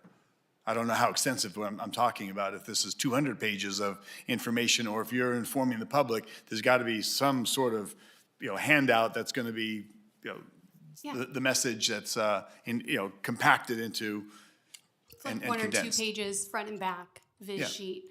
That comes with every vaccination. Plan we're engaging our CBOs and these awardees. We can provide that to you before we go live for comment. Okay. Does that sound fair, supervisors? Rickman would like to comment. Just real quick, you talk about the Viz card, and, you know, I'm just thinking to myself, when anybody gets a prescription, they pull that little tiny piece of paper that turns out to be like this big, it has to be simple. You know, it has to be simple for the public just to, take a glance and look at it. And now if we don't, if this came back to us, say, when we get back in August 13th, would that be an issue? The contracts are to begin September 1st. So, if you could get it all complete and bring it back to this board to review on August 13th, would that be okay? If that's the direction of the board, I'd be pleased to do that, sir. All right. What I'll do then, I'm gonna pull item 25 for separate vote or separate instructions. I think that would be simple. Do you guys cool with that? Fine. Just- Do we need it, or we give it? I need clarification. Yeah, then we can, do we have to vote on it, or do we just give direction? Do we have to vote on it? Yeah, I'm wanting to make sure I understand what you're Just looking to to do. bring it back on the 13th. Yeah, that would be a motion. If you're simply Okay. looking to pull it and vote on it separately, any individual supervisor can do that. But if you're looking to continue it, I would suggest a motion be made. All right, I'll pull it for now, item 25 for a separate vote. Item number 25, separate vote. For continuation. Yeah, have them do a motion on it. Okay. Moving on to item number 29. Thank you very much, Rick. Thank you, please. Thank you. Moving on to item number 29, San Joaquin General Hospital, approval of the agreement with Orion Orthopedic Trauma Incorporated for orthopedic services effective August 10th, 2024 through August 9th, 2028 for a maximum payment of $5,069,443. Supervisor Patty. Thank you, Chairman, and I appreciate the very healthy discussion we're having on some of these issues.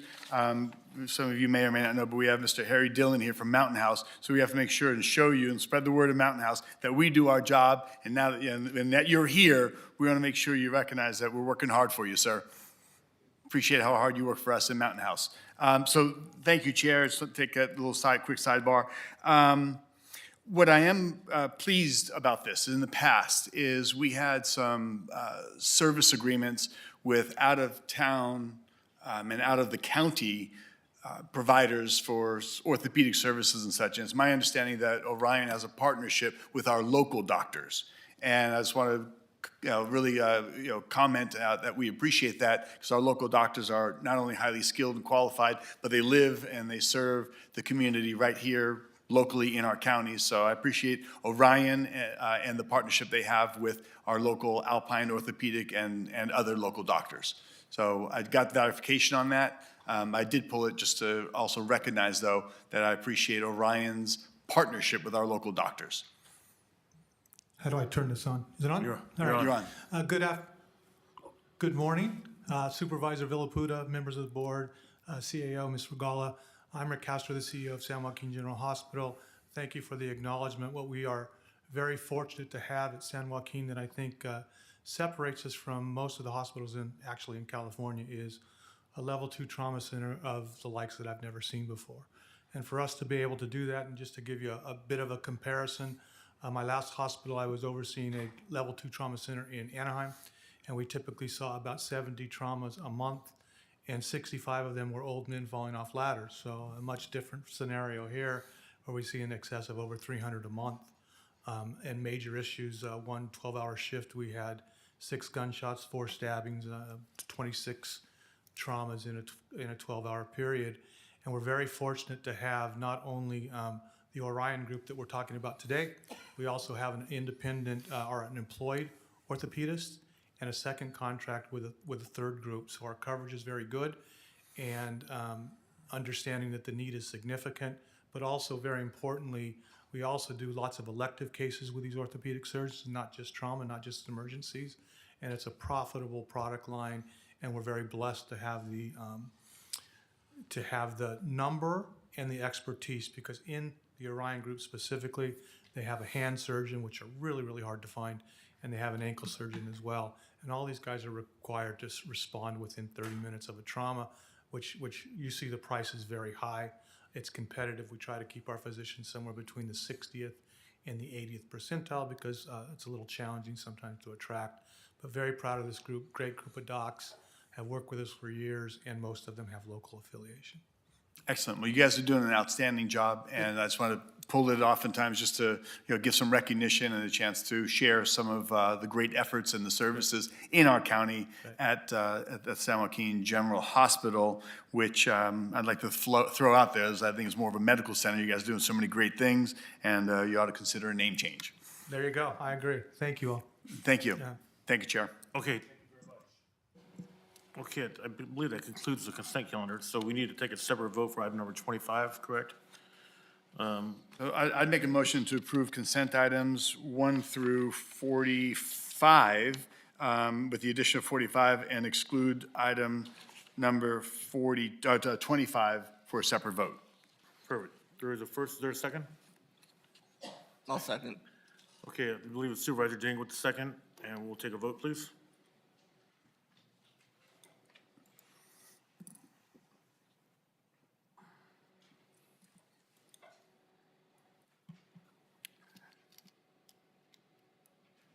I guess it's approved 4-0. That passed 4-0. Okay, great, thank you. That doesn't show up on my computer, but thank you. And then we need a separate vote for item number 25, correct? Yes, and I'll make a motion to bring back item number 25 in the next board meeting for review and approval. We have first and second, and a vote, please.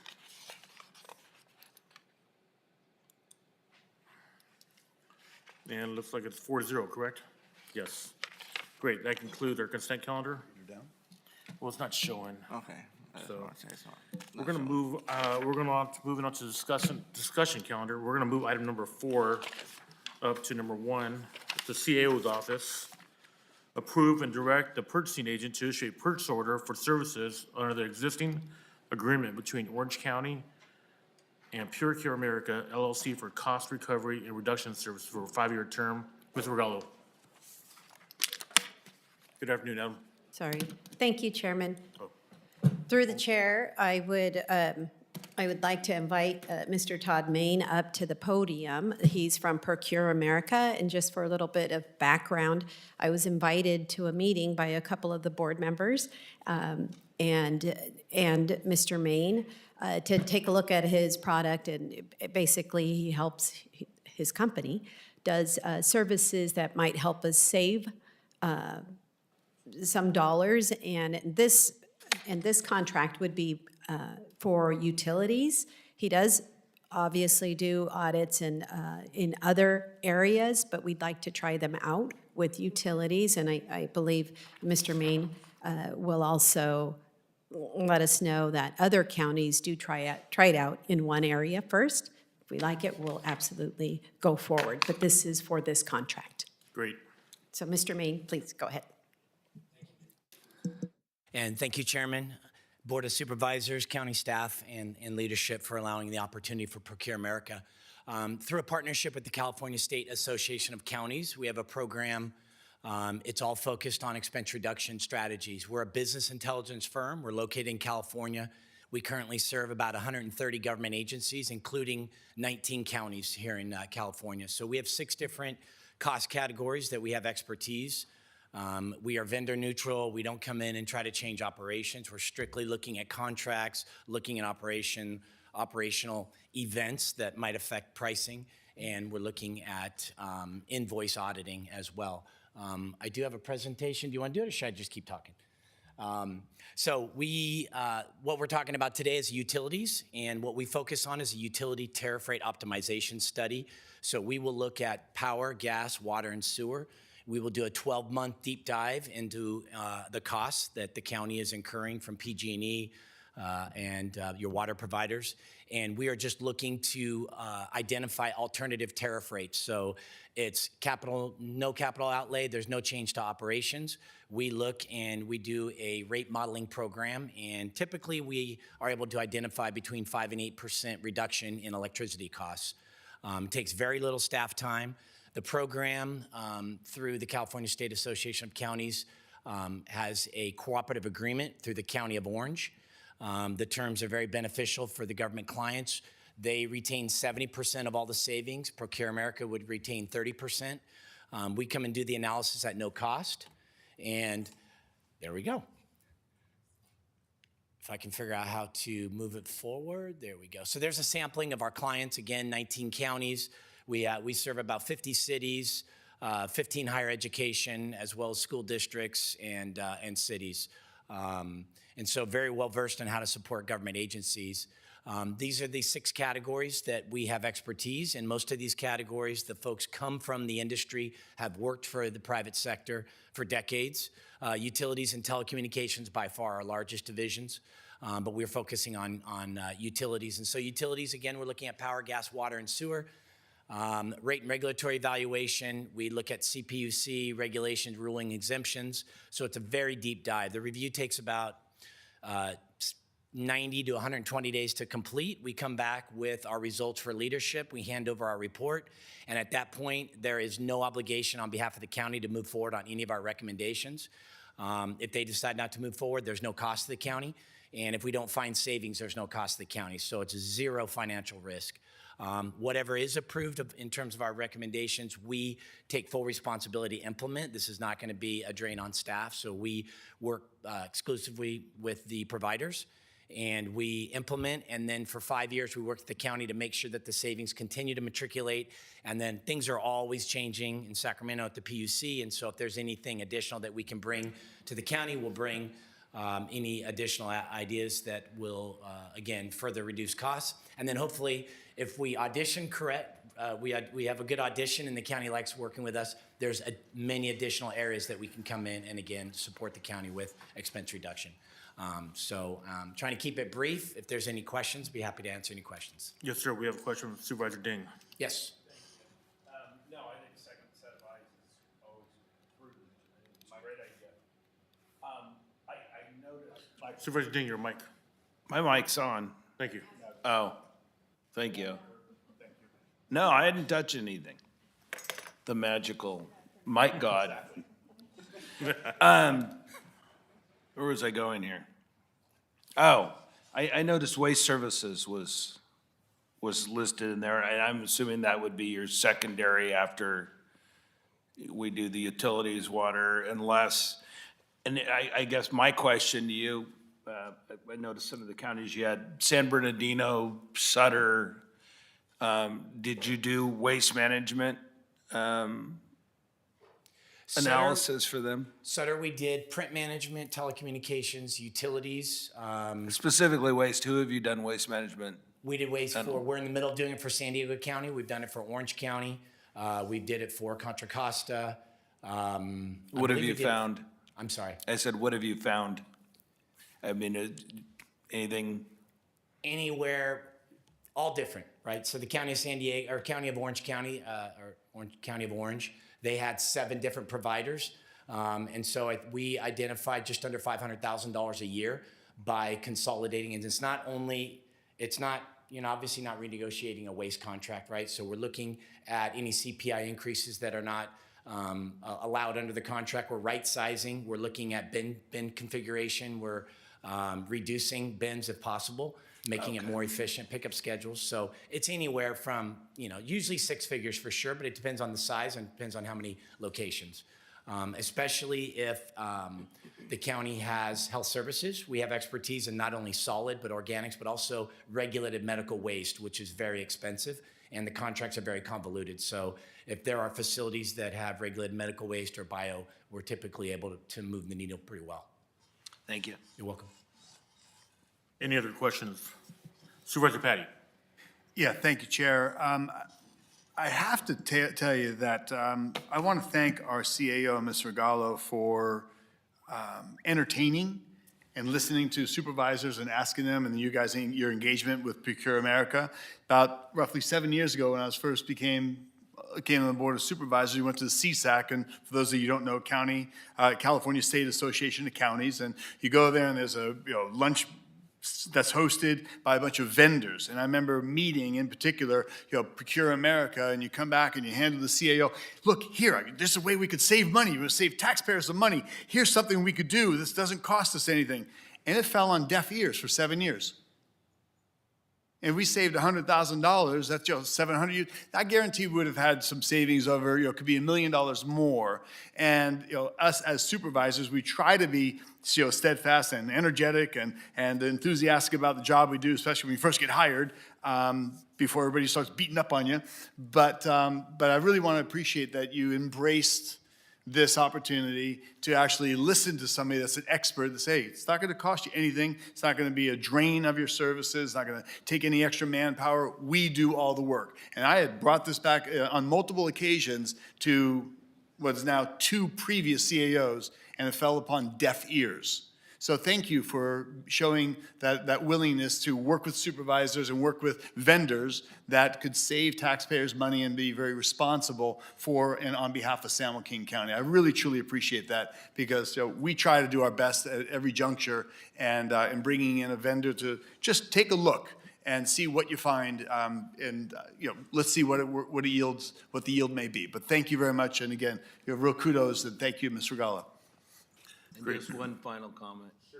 Now, you've just heard that glowing endorsement. So if you don't come back with at least 10% savings, it wouldn't look good. I'll show up in person, either Thank good you. or bad. Thank you. Any other questions from the board? At this time, I'll open public comment. Anyone like to address the board? I will close public comment, and at this time, we'll set the motion to accept. So moved. Is there a second? We have a first and a second. A vote, please. And the motion passes 4-0. Thank you very much for your time. Thank you. Thank you, Mr. Okay, we're gonna back up and go to Flood Control and Water Conservation District. At this time, I'd like to recess the Board of Supervisors meeting. And I will announce that the board will be acting as the governing board of San Joaquin County Flood Control and Water Conservation District. We will now convene to the Flood Control and Water Conservation District. Sorry about that. Michelle, is there anyone here to speak about it, or just? This is a consent item. Okay. I believe staff is here if you have any questions, but it is consent. Okay, any questions from the public? I see none. I'll bring it back for the board with a motion. Do we need a motion? Is there a motion to accept? Is there a second? I'll second. We have a first and a second. We have a vote, please. With Supervisor Patty absent, I'll need to do a roll call vote real Well, quick. let's hurry up before he comes back so he doesn't ask any more questions. Let's do a roll call vote. Supervisor Ding? Yes. Supervisor Rickman? Yes. And Chairman Villaputua? That'd be a yes. Thank you. I'm sorry, Chairman, we should wait. Actually, this requires a 4/5. Okay, then we'll wait. vote. No, you need 4/5 Vote of the yes. board members. It failed, but I had a couple questions. Okay, are you a yes, sir? Okay, he is a yes. For the record, yes. So we have 4. Yes.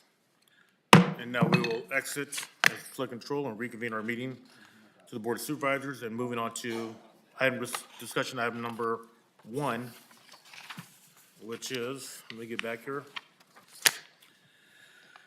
Adopt a resolution ratifying and continuing the proclamation of a local emergency due to the migration of beet leafhopper into San Joaquin County and the presence of beet curly top virus tomato crops. That was a tough one. Good morning. Good afternoon, I should say. Good afternoon. Afternoon. Good afternoon, Chair, members of the board, CAO, and County Council. Kamal Bagri, your Agriculture Commissioner and Sealer of Weights and Measures. I'm here to talk about the need for the emergency proclamation that is needed by our industry. Let me see. Okay, so this disease, beet curly top virus, is vectored by a beet leaf hopper, which is a very small insect. Beet curly top virus has been in the county for decades. This is not something new. It's been here for decades, and it had huge impact on sugar beets in the past.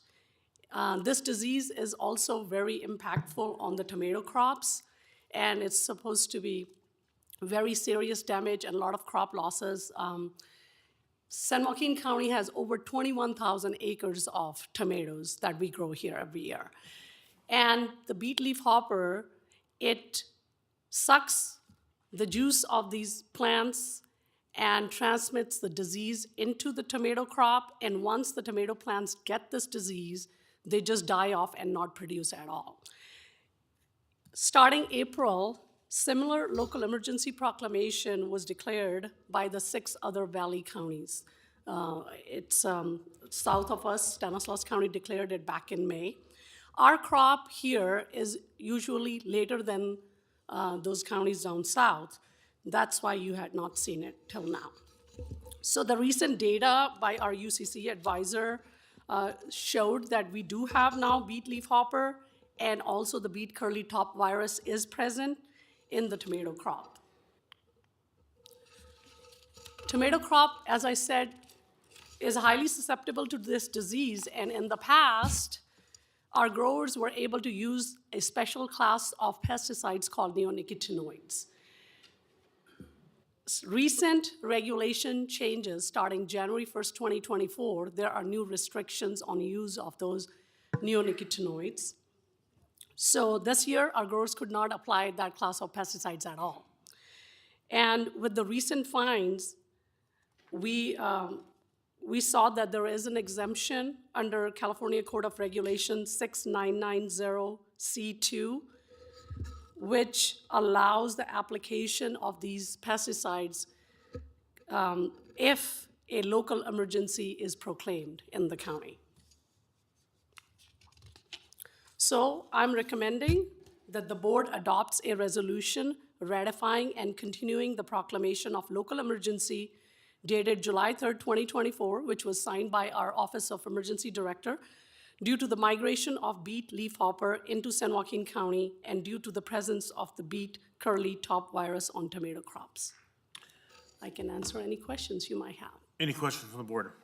Supervisor Rickman. Just a quick question, it's more of information for me. I mean, is this a pest that's something that's always been around here in the valley? So it's just... That is correct, Okay. yes.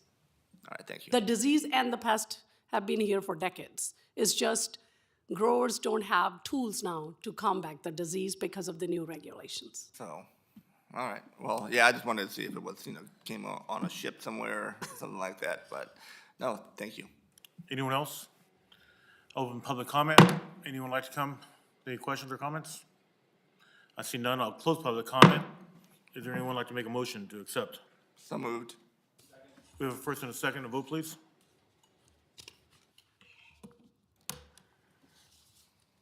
Match 4-0. Thank you very much, Paul. Thank you. Have a great day. And moving on to item number 2, authorize the Agricultural Commissioner to establish a livestock pass program within San Joaquin County. The floor is yours. Thank you.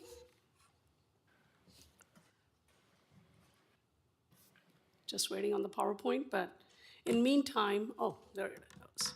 All right. So again, board members, I'm here today to present a concept for the San Joaquin County Livestock Pass Program. So in October of 2021, Assembly Bill 1103 passed and was signed by governor into the law. This particular bill authorizes every county statewide to have a framework of a Ag Pass program. In this county, we recently saw an emergency with the fire, with Corral Hollow Fire, so that's why it's in front of you today. But with this Ag Livestock program, the livestock owners during an emergency situation are able to utilize the pass to take care of their animals. So this particular program is only for commercial livestock, only for disaster times, and it could be issued by the county ag commissioner or any other department you designate after our ranchers can apply. So there has to be an application process and a mandatory CAL FIRE training that they have to go through.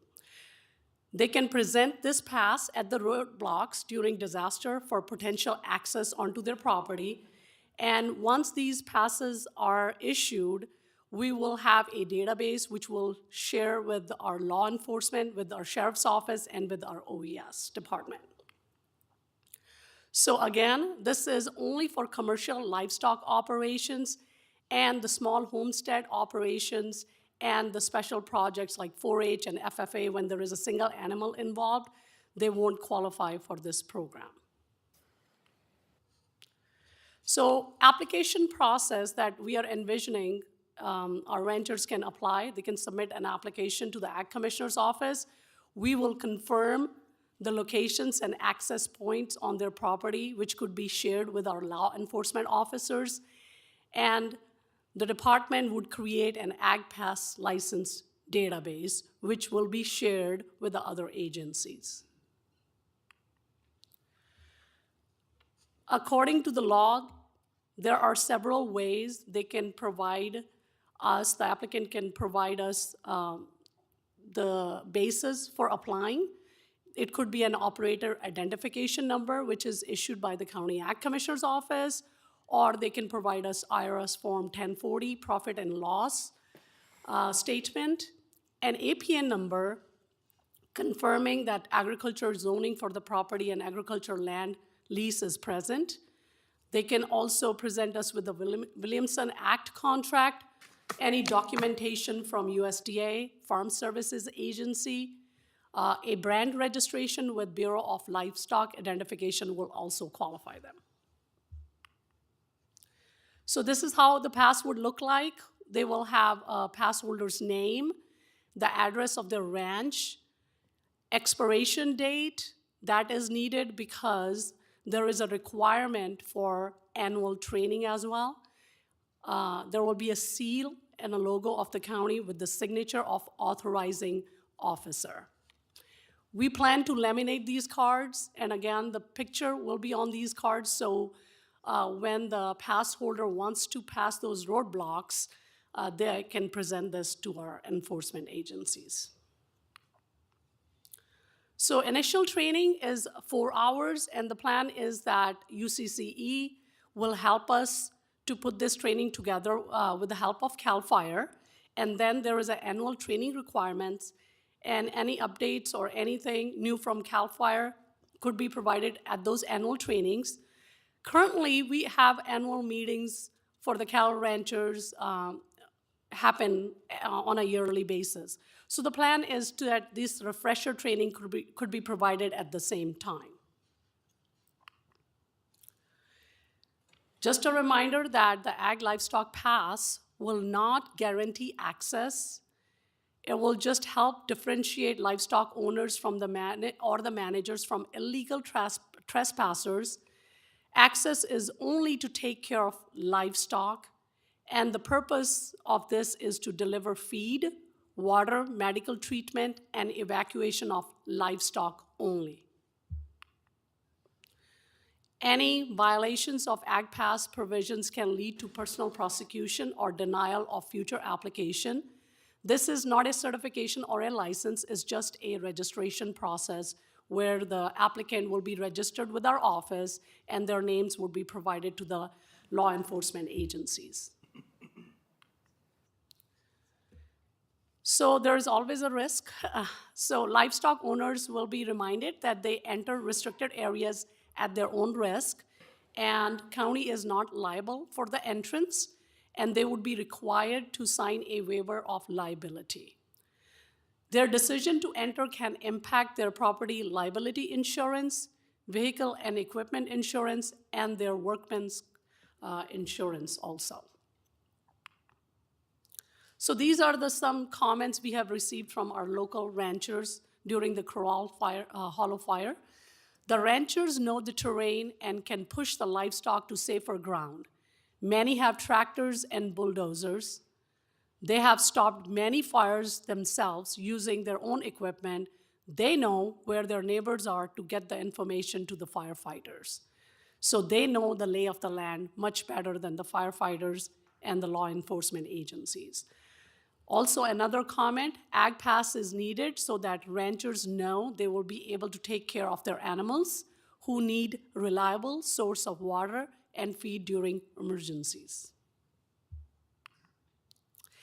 And this is going to be a collaborative effort between UCCE, County Ag Commissioner's Office, California Cattlemen's Association, CAL FIRE, San Joaquin County Sheriff, and our local OES office.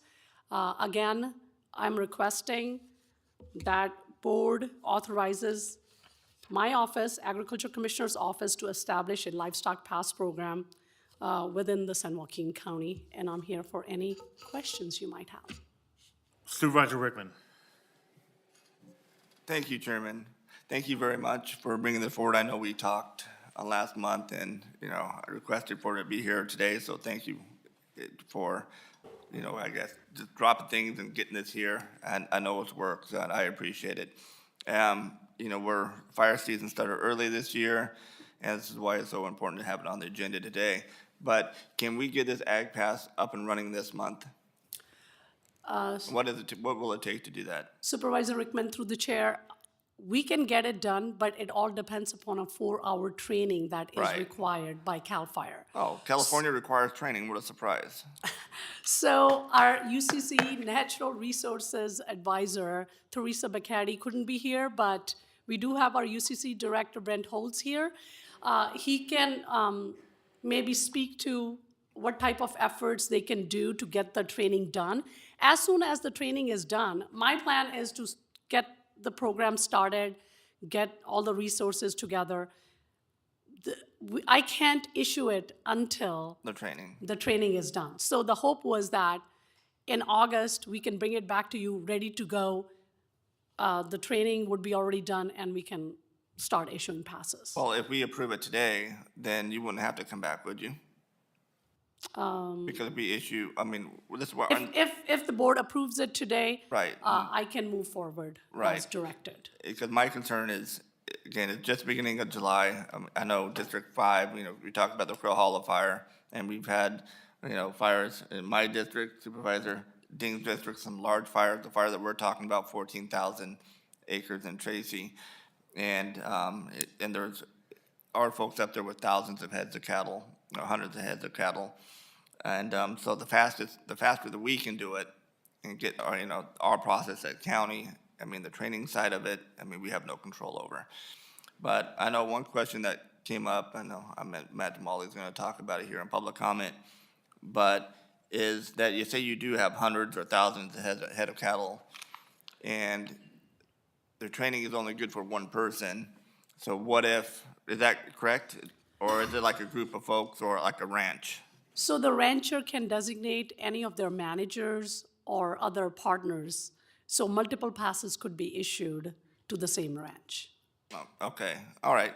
3 to 4 people, whosoever they designate. Okay, well, cool. And no, thank you again. I think this is something that's very, very important. Alameda has this too, right? 15 counties already established that because the law required it to be effective January 2023. Okay, no, good. so Again, neighboring states have it. thank you very much. Thank you for what you do at the ag community. I know you're very hands-on, and we sit on the ag committee together. And so thank you for your hard work getting it forward, and hopefully we can get this done this month so our farmers can be assured that they can help their animals in need. So thank you. Any other questions? I see none. At this time, we'll go to public comment. Anyone like to come forward and speak on this item?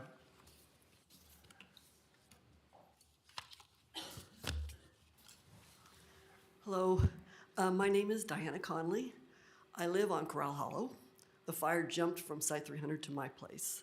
At the time, I was with CAL FIRE, and they asked, "Are you going to evacuate?" I said, "No way," because I cannot leave my animals. I had animals in the corral. I had animals that I needed to move. Luckily, I had a friend who lived in Tracy. They saw it. They got together people, and they came through with their horses and moved my cattle for me while I was fighting the fire as it went around my house. This pass is very important because we need to be there for our animals. And this is our livelihood. It would be, it's hard to explain, but my background is I have a Bachelor of Science in Range and Wildland Management from UC Davis. So I'm not, and I've been working there for 40 years on this ranch. So it's not like I don't know what I'm talking about. Oh, and with this heat, we check our animals constantly, making sure that their water's running, they haven't broke a float and emptied the tank. Luckily, I do not have to feed a lot of hay because it only burned a third of the ranch, not the whole ranch. But there are people, such as Amy, who it burned all of their property. So, and an important thing too is if I have to bring in trucks, and we're talking large cattle trucks, they won't have an ag pass. I will have to go out there and shuttle them in. And I hope that is part of this Ag Pass program, that we can let I had 2 water deliveries too, because I had to move my cattle to a place that doesn't have enough water for over 100 cattle. It only had enough for about 30 cattle. So I had to have 2 water deliveries done too. So I don't know if that's part of the Ag Pass, but that would be very important for us. And I'm just thank you for considering this. Thank you very much. Thank you. Hi, I'm Amy. I live in Tracy, and my family ranch was affected by the fire. So our entire, all the grass on our property burned. So that was my first time experiencing that. That very next morning, my husband and dad stayed behind. I left with the kids. But at 6 a.m. the next morning, I was trying to get up there to help my husband. Because the power was out, we had no water, and he was trying to contain the animals and kind of get things under control. But very quickly, the animals are wandering, confused. They have no feed, they have no water. The fence lines are down. They could have traveled onto the neighbors who had fence lines down. Those cattle would have had access to Chrisman Road and the highway, which alone would be, a liability. And no one would know that other than us, the landowners that live there and know the cattle and know the land, the fence lines and things like that. So I just think that this is a great idea and it's very necessary. Thank you for considering it. Thank you. Hi, Molly Watkins. I am the president of the San Joaquin Stanislaus Cattle Women, and we are fortunate that when Kamal was in Stanislaus, she set up the program over there. And Teresa Bicchetti, who she spoke of, that works for Cooperative Extension, is shared by San Joaquin County and Stanislaus County. So she already ran the program over there. We'll be able to come and hopefully put it together in 30 days and be ready to go. We see that it's very important because people don't know what we do with cows. I mean, it is what we do, and that's not what you do, and it's not what the sheriff does, and it's not what CAL FIRE does. So it's important to have them be able to identify us as the landowner or the leasee or whatever the situation is. Now, one thing that I hope that does happen, as you said, is that if I go get the pass and then there's a fire and I say to Kenny and the cowboys around, you got to come help me, and I round up 3 pickups with trailers and 4 cowboys, that we get up there and they go, oh, you don't have a pass, you can't go. So if I'm standing there with them, then we should all be able to go. Or in the case of Diane, in a situation where you need water, that I should be able to go to the road and say, I live up there, and this lady needs to bring these supplies to my animals. So I hope that that is written in there. I don't know if that's not in the state, if that could be something in a county ordinance, that's how we operate here, because the state didn't think of that. I have not read the laws, so I don't know exactly, but it's something to consider, that maybe we are proactive and solve that problem before it's a problem. So please, I encourage you to agree to this.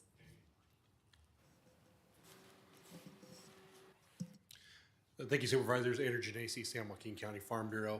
So just to echo some of the comments before, it's important that this allows flexibility to get people in there. If you do have to evacuate animals, that you're getting groups in there. One person with a trailer can't do a whole lot if you're trying to move, hundreds of head, as was stated. So making sure this is a flexible program that we can work there, which I'm sure Kamal will be happy to work with that. The other issue that I had seen working with Mariposa County some years ago after they adopted their plan was making sure this is clearly communicated to law enforcement and anybody brought in to work the barricades. They had an issue where the fire that followed their adoption, they had out of area CHP. They had some people working like code enforcement. Were actually working the barricades, trying to. They had more barricades than they had people. So the problem they had was people with an ag pass were turned away because people manning the barricades didn't understand the program, weren't aware of the program. So making sure not only that we have a comprehensive and flexible program, whether it's well communicated to the people who will be working those barricades, they are allowed to let people through when the time comes. So thank you. Anyone else like to speak? I will close the public comment, bring it back to the board. Supervisor Ding. Button pushed. Thank you. As far as the flexibility on the ag passes is concerned, you know, being city boy here, I'm thinking the reason they stop people from going up there is so they don't rob your houses and, you know, do whatever. It's to protect you. So I'd be careful. Just make sure whatever flexibilities you're actually asking for it, and it's to protect you is why they're keeping people off your property. So obviously you want, unfortunately California doesn't issue a common sense pass, you know, which would really solve all of these problems. So is that, Kamel, within the jurisdiction of the county or the state to make sure that I'm assuming commercial water trucks, hay trucks, they're gonna have. It's going to depend, because it strictly states it is for the owners of the property or people who are leasing and any of their designated employees, managers, person who's taking care of the livestock. So I have already talked to the sheriff about this, about the communication between different law enforcement agencies, especially CHP, because usually they are the one who are manning these roadblocks. And sheriff has assured me that once this is going, that they have some kind of platform where they share information with local PDs and CHP. So the plan is that the communication will flow to all these enforcement agencies, and we do have to still figure out, working with OES, with UCCE and sheriff, what is considered commercial. Is it 20 heads? Is it 5 heads? County council will be working with us on that also. So you have to have a definition of what is commercial livestock. And we do have flexibility within the county. The framework is there in the law, but we can lay out the program the way we want it in this county with the input from, you know, our ranchers. Thank you. Supervisor Patty. Thank you, Chair. And through the Chair, I think that's along the same lines of what you're asking for. And I can only imagine the risk, and you've got your livelihood, your animals, and the frightful changing environments that are happening around you. So as long as we're taking into account some of their concerns and some emergency flexibility or parameters that allow common sense to prevail. If somebody shows up with a livestock trailer, they're probably not going to steal your TV. They're going there for the livestock. And so, you hope there's a judgment call. But if we can put in some emergency parameters of flexibility, then I think that would be address some of the concerns that were understandably raised. Yes, the department will take all the input from the ranchers and the local community. Great, good job, thank you. Thank you. Sheriff Woodrow.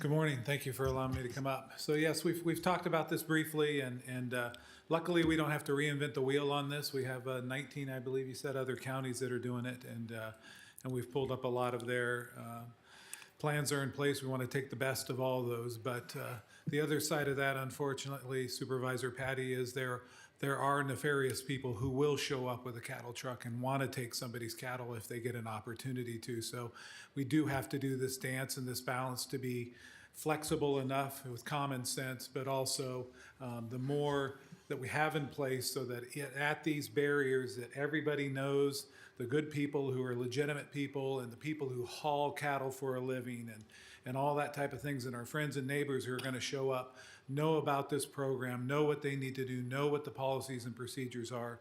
And then it's easier for the guys at the posts that are keeping people out, trying to keep them physically safe and their property safe and their livestock safe, to have the clear-cut decision-making ability to say, yes, you can go in, or no, you cannot go in. And our obviously, our agriculture and our livestock are our livelihoods here up and down the valley, and we will use common sense as much as we can,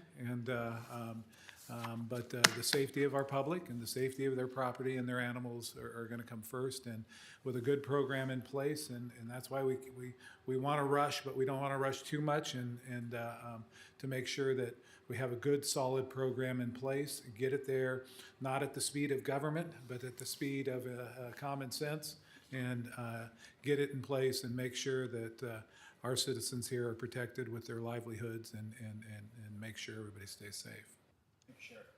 Thank you, Sheriff. Supervisor Rickman.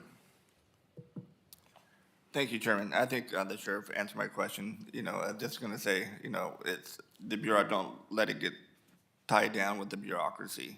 I mean, it doesn't, again, in Curl Hollow, the canyon, and it goes up every single year, off of 580 there. So the fastest we can do it would be great, of course, outlining everything our sheriffs were talking about. And thank you, Diana and Amy, for being here to give, firsthand knowledge. I know I spoke to Mark here, I don't know, the last 2 weeks ago or something. So if you let him know what you heard here today, if you guys have any questions, you can always reach out to, he has my number. You can give me a holler. Okay. Again, thank you. And thank you, Sheriff, too. I know. And just on a side note, during that fire, that's the biggest one I've seen since I've been out there, working on that area. But the Sheriff's Department, did a hell of a job. You guys did a great job. And, a lot of it is, common sense. And, we're very fortunate to have the men and women of the Sheriff's Department, being highly trained and professional as they are. So, again, Sheriff, kudos to you guys. Great. Any other questions? Any comments? See none. At this time, can we have a motion? So moved to approve. It's been first by Supervisor Rickman and seconded by Supervisor Ding. County Council? Yeah, through the chair, the way this has been agendized is a little ambiguous in the sense that the letter indicates that you guys are approving the concept and it'll be brought back. But if you look at the order, it states, the Board of Supervisors hereby does authorize, further authorizes Agricultural Commissioner to establish a live pass program within San Joaquin County. So the order itself seems to contemplate what I think I hear you want to do, which is to the maximum extent possible, authorize the Agricultural Commissioner to set up the program and not need to come back for further approval by the board. And so what I would suggest is that your motion incorporate the concept that you are making you are giving final approval here today to the extent possible under the law. And that way there's no question that it's necessary for her to come back at some later point in time. All right, and then I'll make a motion, I'll revise my motion to approve the Ag Commissioner to approve the Ag Pass and issue the Ag Pass without coming back to this board for further approval. Second. First and second, we have a vote, please.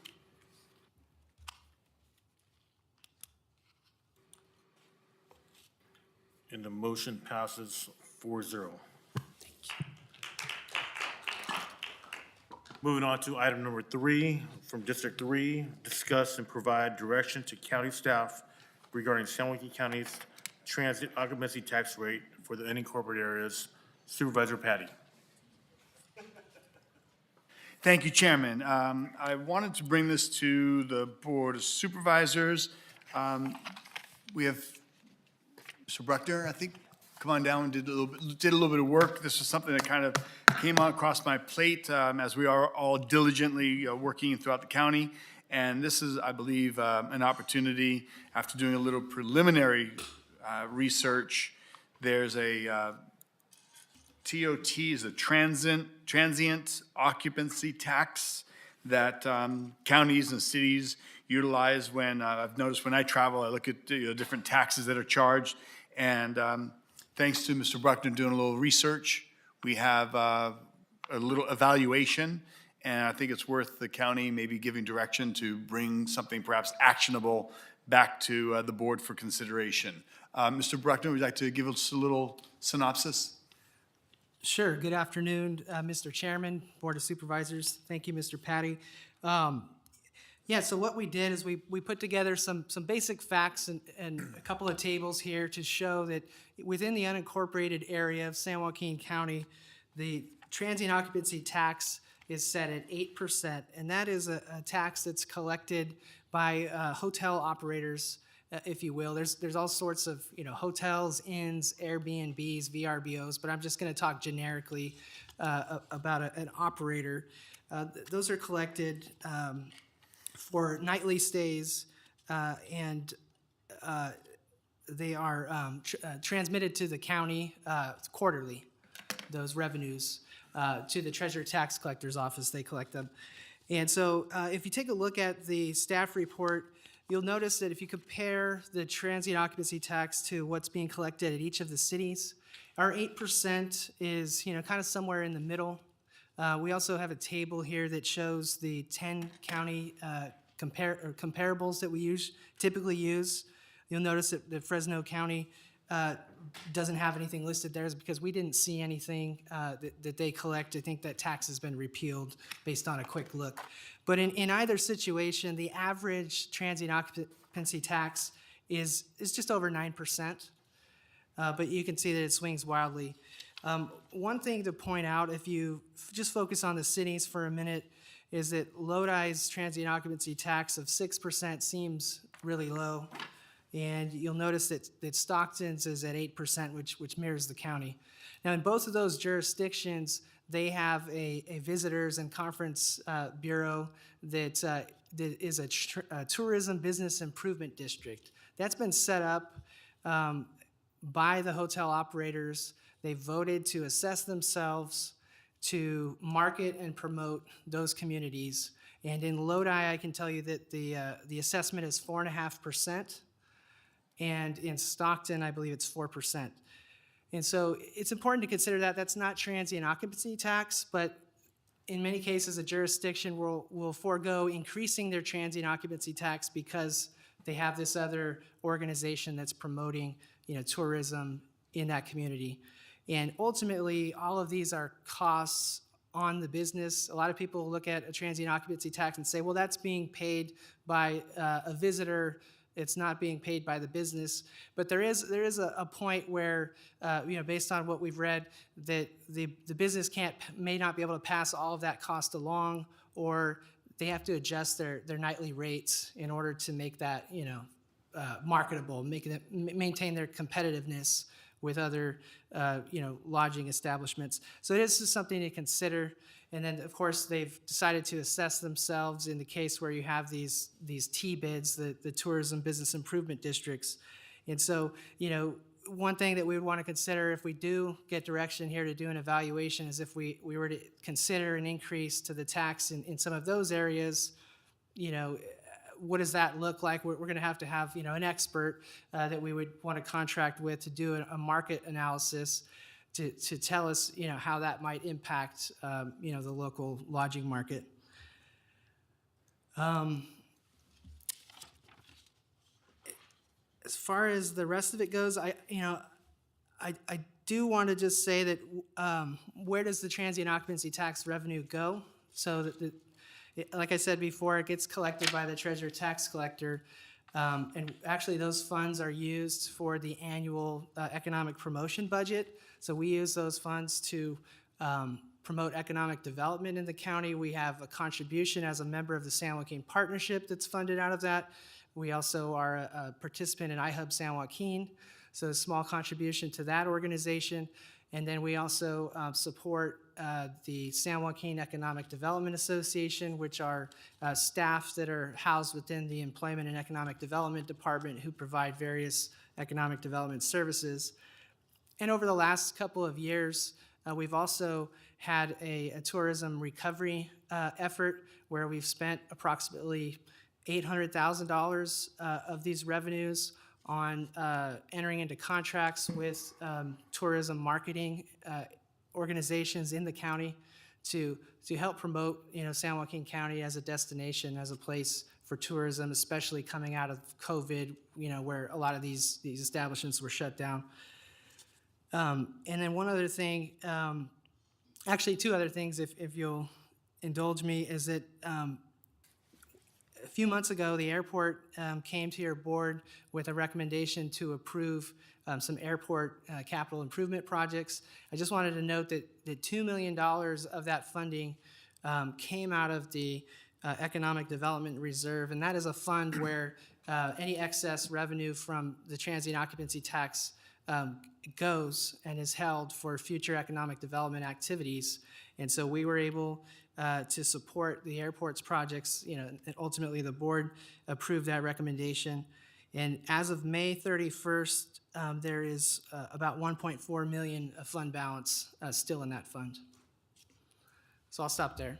Thank you. So and what we're asking for is basically to give staff direction to maybe bring something back. We're not asking to levy a tax. Give us a chance to maybe speak with some different businesses and see if it's a negative or a positive. I do know that I got a phone call yesterday from a couple of board members from Visit Stockton, and they're very much in favor of something like this and some of the funds being utilized, as you point out, Mr. Bruckner, that some of these funds are utilized to encourage and bring marketing and to bring visitors to the region, which turns out to be a big economic boon. So I'm in favor of staff kind of taking a little bit deeper dive into this and coming back to the board, a possible action item. Thank you, Chair. Thank you. Any other questions from the board?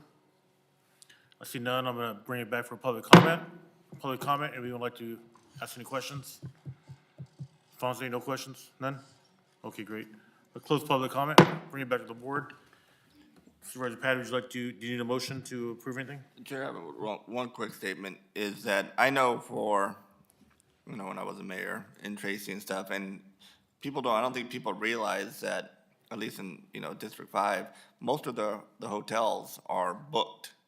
I mean, full, 7 days a week. You wouldn't think it, but it is. So it is a considerable source of income to, at least when I was mayor, to the cities. But you bring up a good point, is that, I think a lot of people realize or think that, you stay there, it's from people that are just coming through the area, they pay their taxes and the taxes go to the city, but the effect it has on businesses, I haven't heard that before. And so I would love to know what that is. I mean, is it a detriment to these hotels or not? But, thinking about it, I mean, if they're full all the time, I don't think it would be. But before you levy a tax on anybody, I mean, the implications of that tax need to be looked at. And if I could comment through the chair, yes, ultimately this would need to be approved as a ballot measure, by voters, and obviously that's way down the road. We haven't done any analysis, but I would certainly suggest that would be part of the messaging. If we were to propose something like this, what would we do with the revenue, and why is it a benefit, to the community?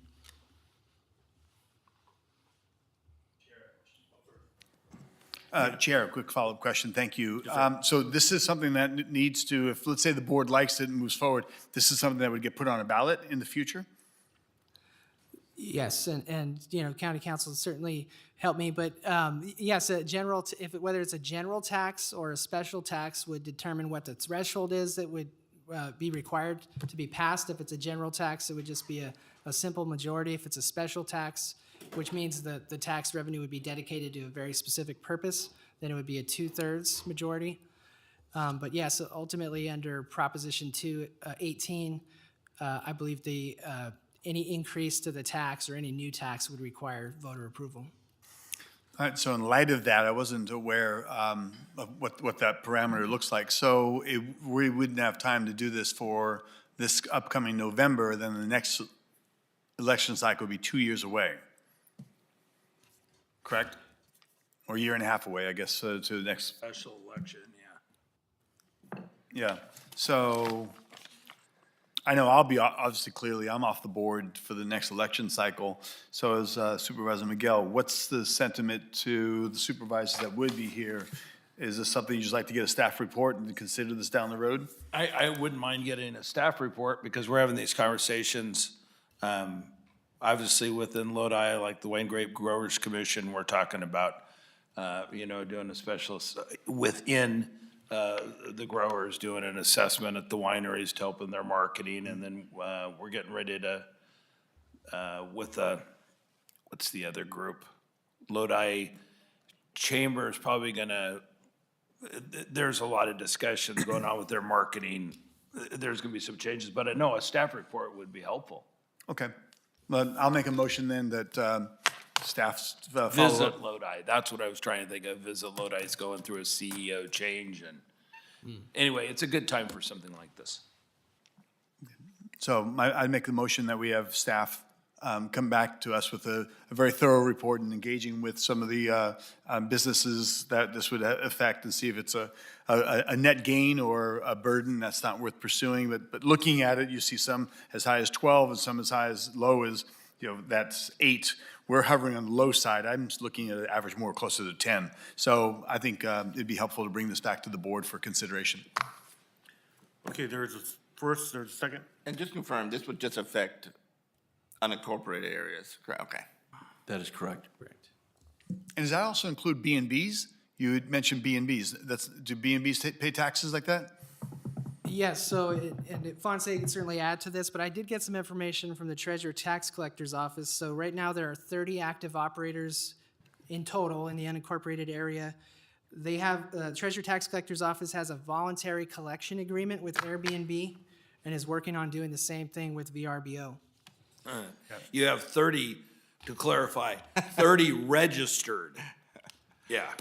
Volunteer. There's probably about 200 of them, but. Let's find the let's find those that are not paying fairly. All right, so I have a They motion. also operate taco trucks, but go ahead. There is a motion, is there a second? Second. Okay, we have a first and a second, the vote, please. And the motion passes 4-0. Thank you very much, Adam. Thank you. Moving on to committee reports or comments from the board members. Supervisor Ding? I think we're done. No, item 5 is canceled. Item 5 is canceled? Yeah.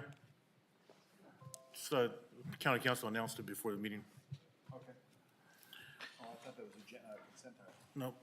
So committee reports? Well, in honor of the great job that all the county staff and law enforcement and everyone is doing, I'm not going to have any comments, so everybody can go home early. Supervisor Rickman. Supervisor Ding, you understand we have Supervisor Patty on this board, right? So there's going to be comments.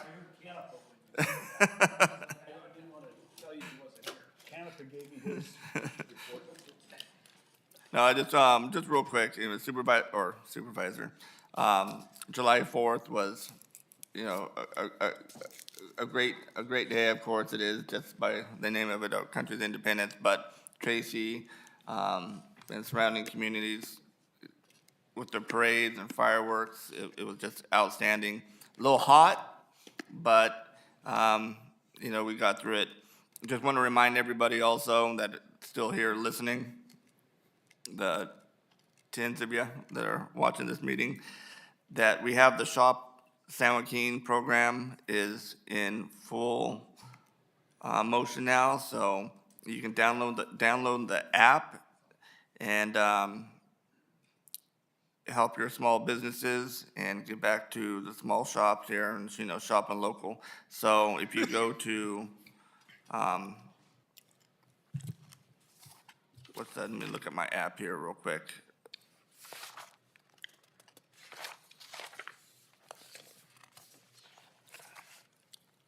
Open Rewards. If you download Open Rewards on your phone, and you can look at the businesses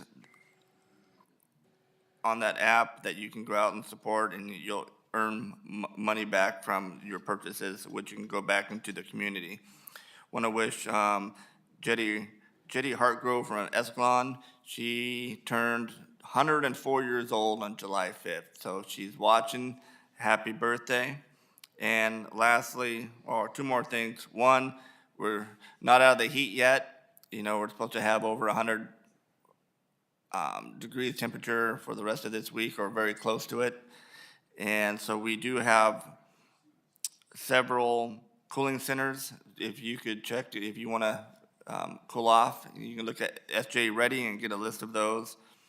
And lastly, I just want to say congratulations to Mountain House for becoming the 8th city in San Joaquin County and the 483rd city in California. So welcome aboard and look forward to working with our new mayor, Andy Sue, and their board members. And with that, Chair, I will yield my time.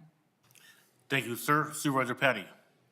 Thank you, Chairman. A couple of things. Went with Caltrans. I was invited to go see their integration of a data network for cataloging homeless, unsheltered encampments along the state highways. Talked to them about the partnerships that we have in the county and in our cities for enforcement and engagement. And this is a very fluid topic, but also in following that meeting, probably a couple of days later and shifting over to county council, I think it'd be important for us to maybe agendize and bring back to the board a new review on what are no camping or loitering and the homelessness parameters we might be able to not only tweak but incorporate, working of course with the sheriff's department and beyond, whatever we need to do to maybe amend so we have some solid foundations that we're going to incorporate, and of course incorporating that discussion with probation since they've got the SJ Cares. So I think that'd be important very soon to bring that back to the board. We see some of the cities right now engaging on this subject in light of that Supreme Court decision. I had an opportunity to attend the installation and awards gala for the Hispanic Chamber. Literally hundreds of people and businesses come in, they celebrate and they participate for 40 plus years of history here in San Joaquin County. This past Friday night was Corporal Frank Wright's 99th birthday, celebrated at Carl Ross Post with a steak dinner. We have a World War II, honestly, a rare local living hero. Battle of Iwo Jima, 2 Purple Hearts. He wrote his own little book that's quite fascinating in what his experiences were, but he's an original member of the Marines Raiders Division, U.S. Marine Corps. So happy birthday to Frank on 99. And as we speak, he's either en route or preparing to go back to Iwo Jima for a visit, first time there since he fought on that battle of liberating that island. So that's interesting. Yeah, I think we'll get a report from that when we come back. We also had the Asian Chamber did a garden party that was well attended in the community. We've got the Western Farm Workers Association had their 41st annual dinner at Carl Ross Post. We had the Shumway Park, renaming Shumway Park that many of us participated in. It was a fantastic, beautiful day. It was very shaded where we all got to, oh wait, you guys were sitting in the sun. But I was comfortable in the shade, so thank you for holding the post in the sun on stage. Also, last night, we had a town hall meeting. Thanks to Mary Nicholson. She helped organize and a great turnout in French Camp. I also want to thank Health Plan San Joaquin for participating, stepping up. Mountain Mike's Pizzeria on Country Club and Wilson Way donated pizza for the evening. And it was, again, attended by a lot of members in the community, and they were all asking, why is French Camp forgotten? Well, since it has such a rich history, we talked about reestablishing and really maybe creating more of a tourist presence so that people can understand the relative importance to French Camp in this county and our early stages. That's all at this time, Chairman. Thank you. Thank you. County Council, anything to report going into closed session? I'm not anticipating anything to report out. Okay, then we're done with today's meeting. We'll see you guys on August 13th, 2024. Thank you very much.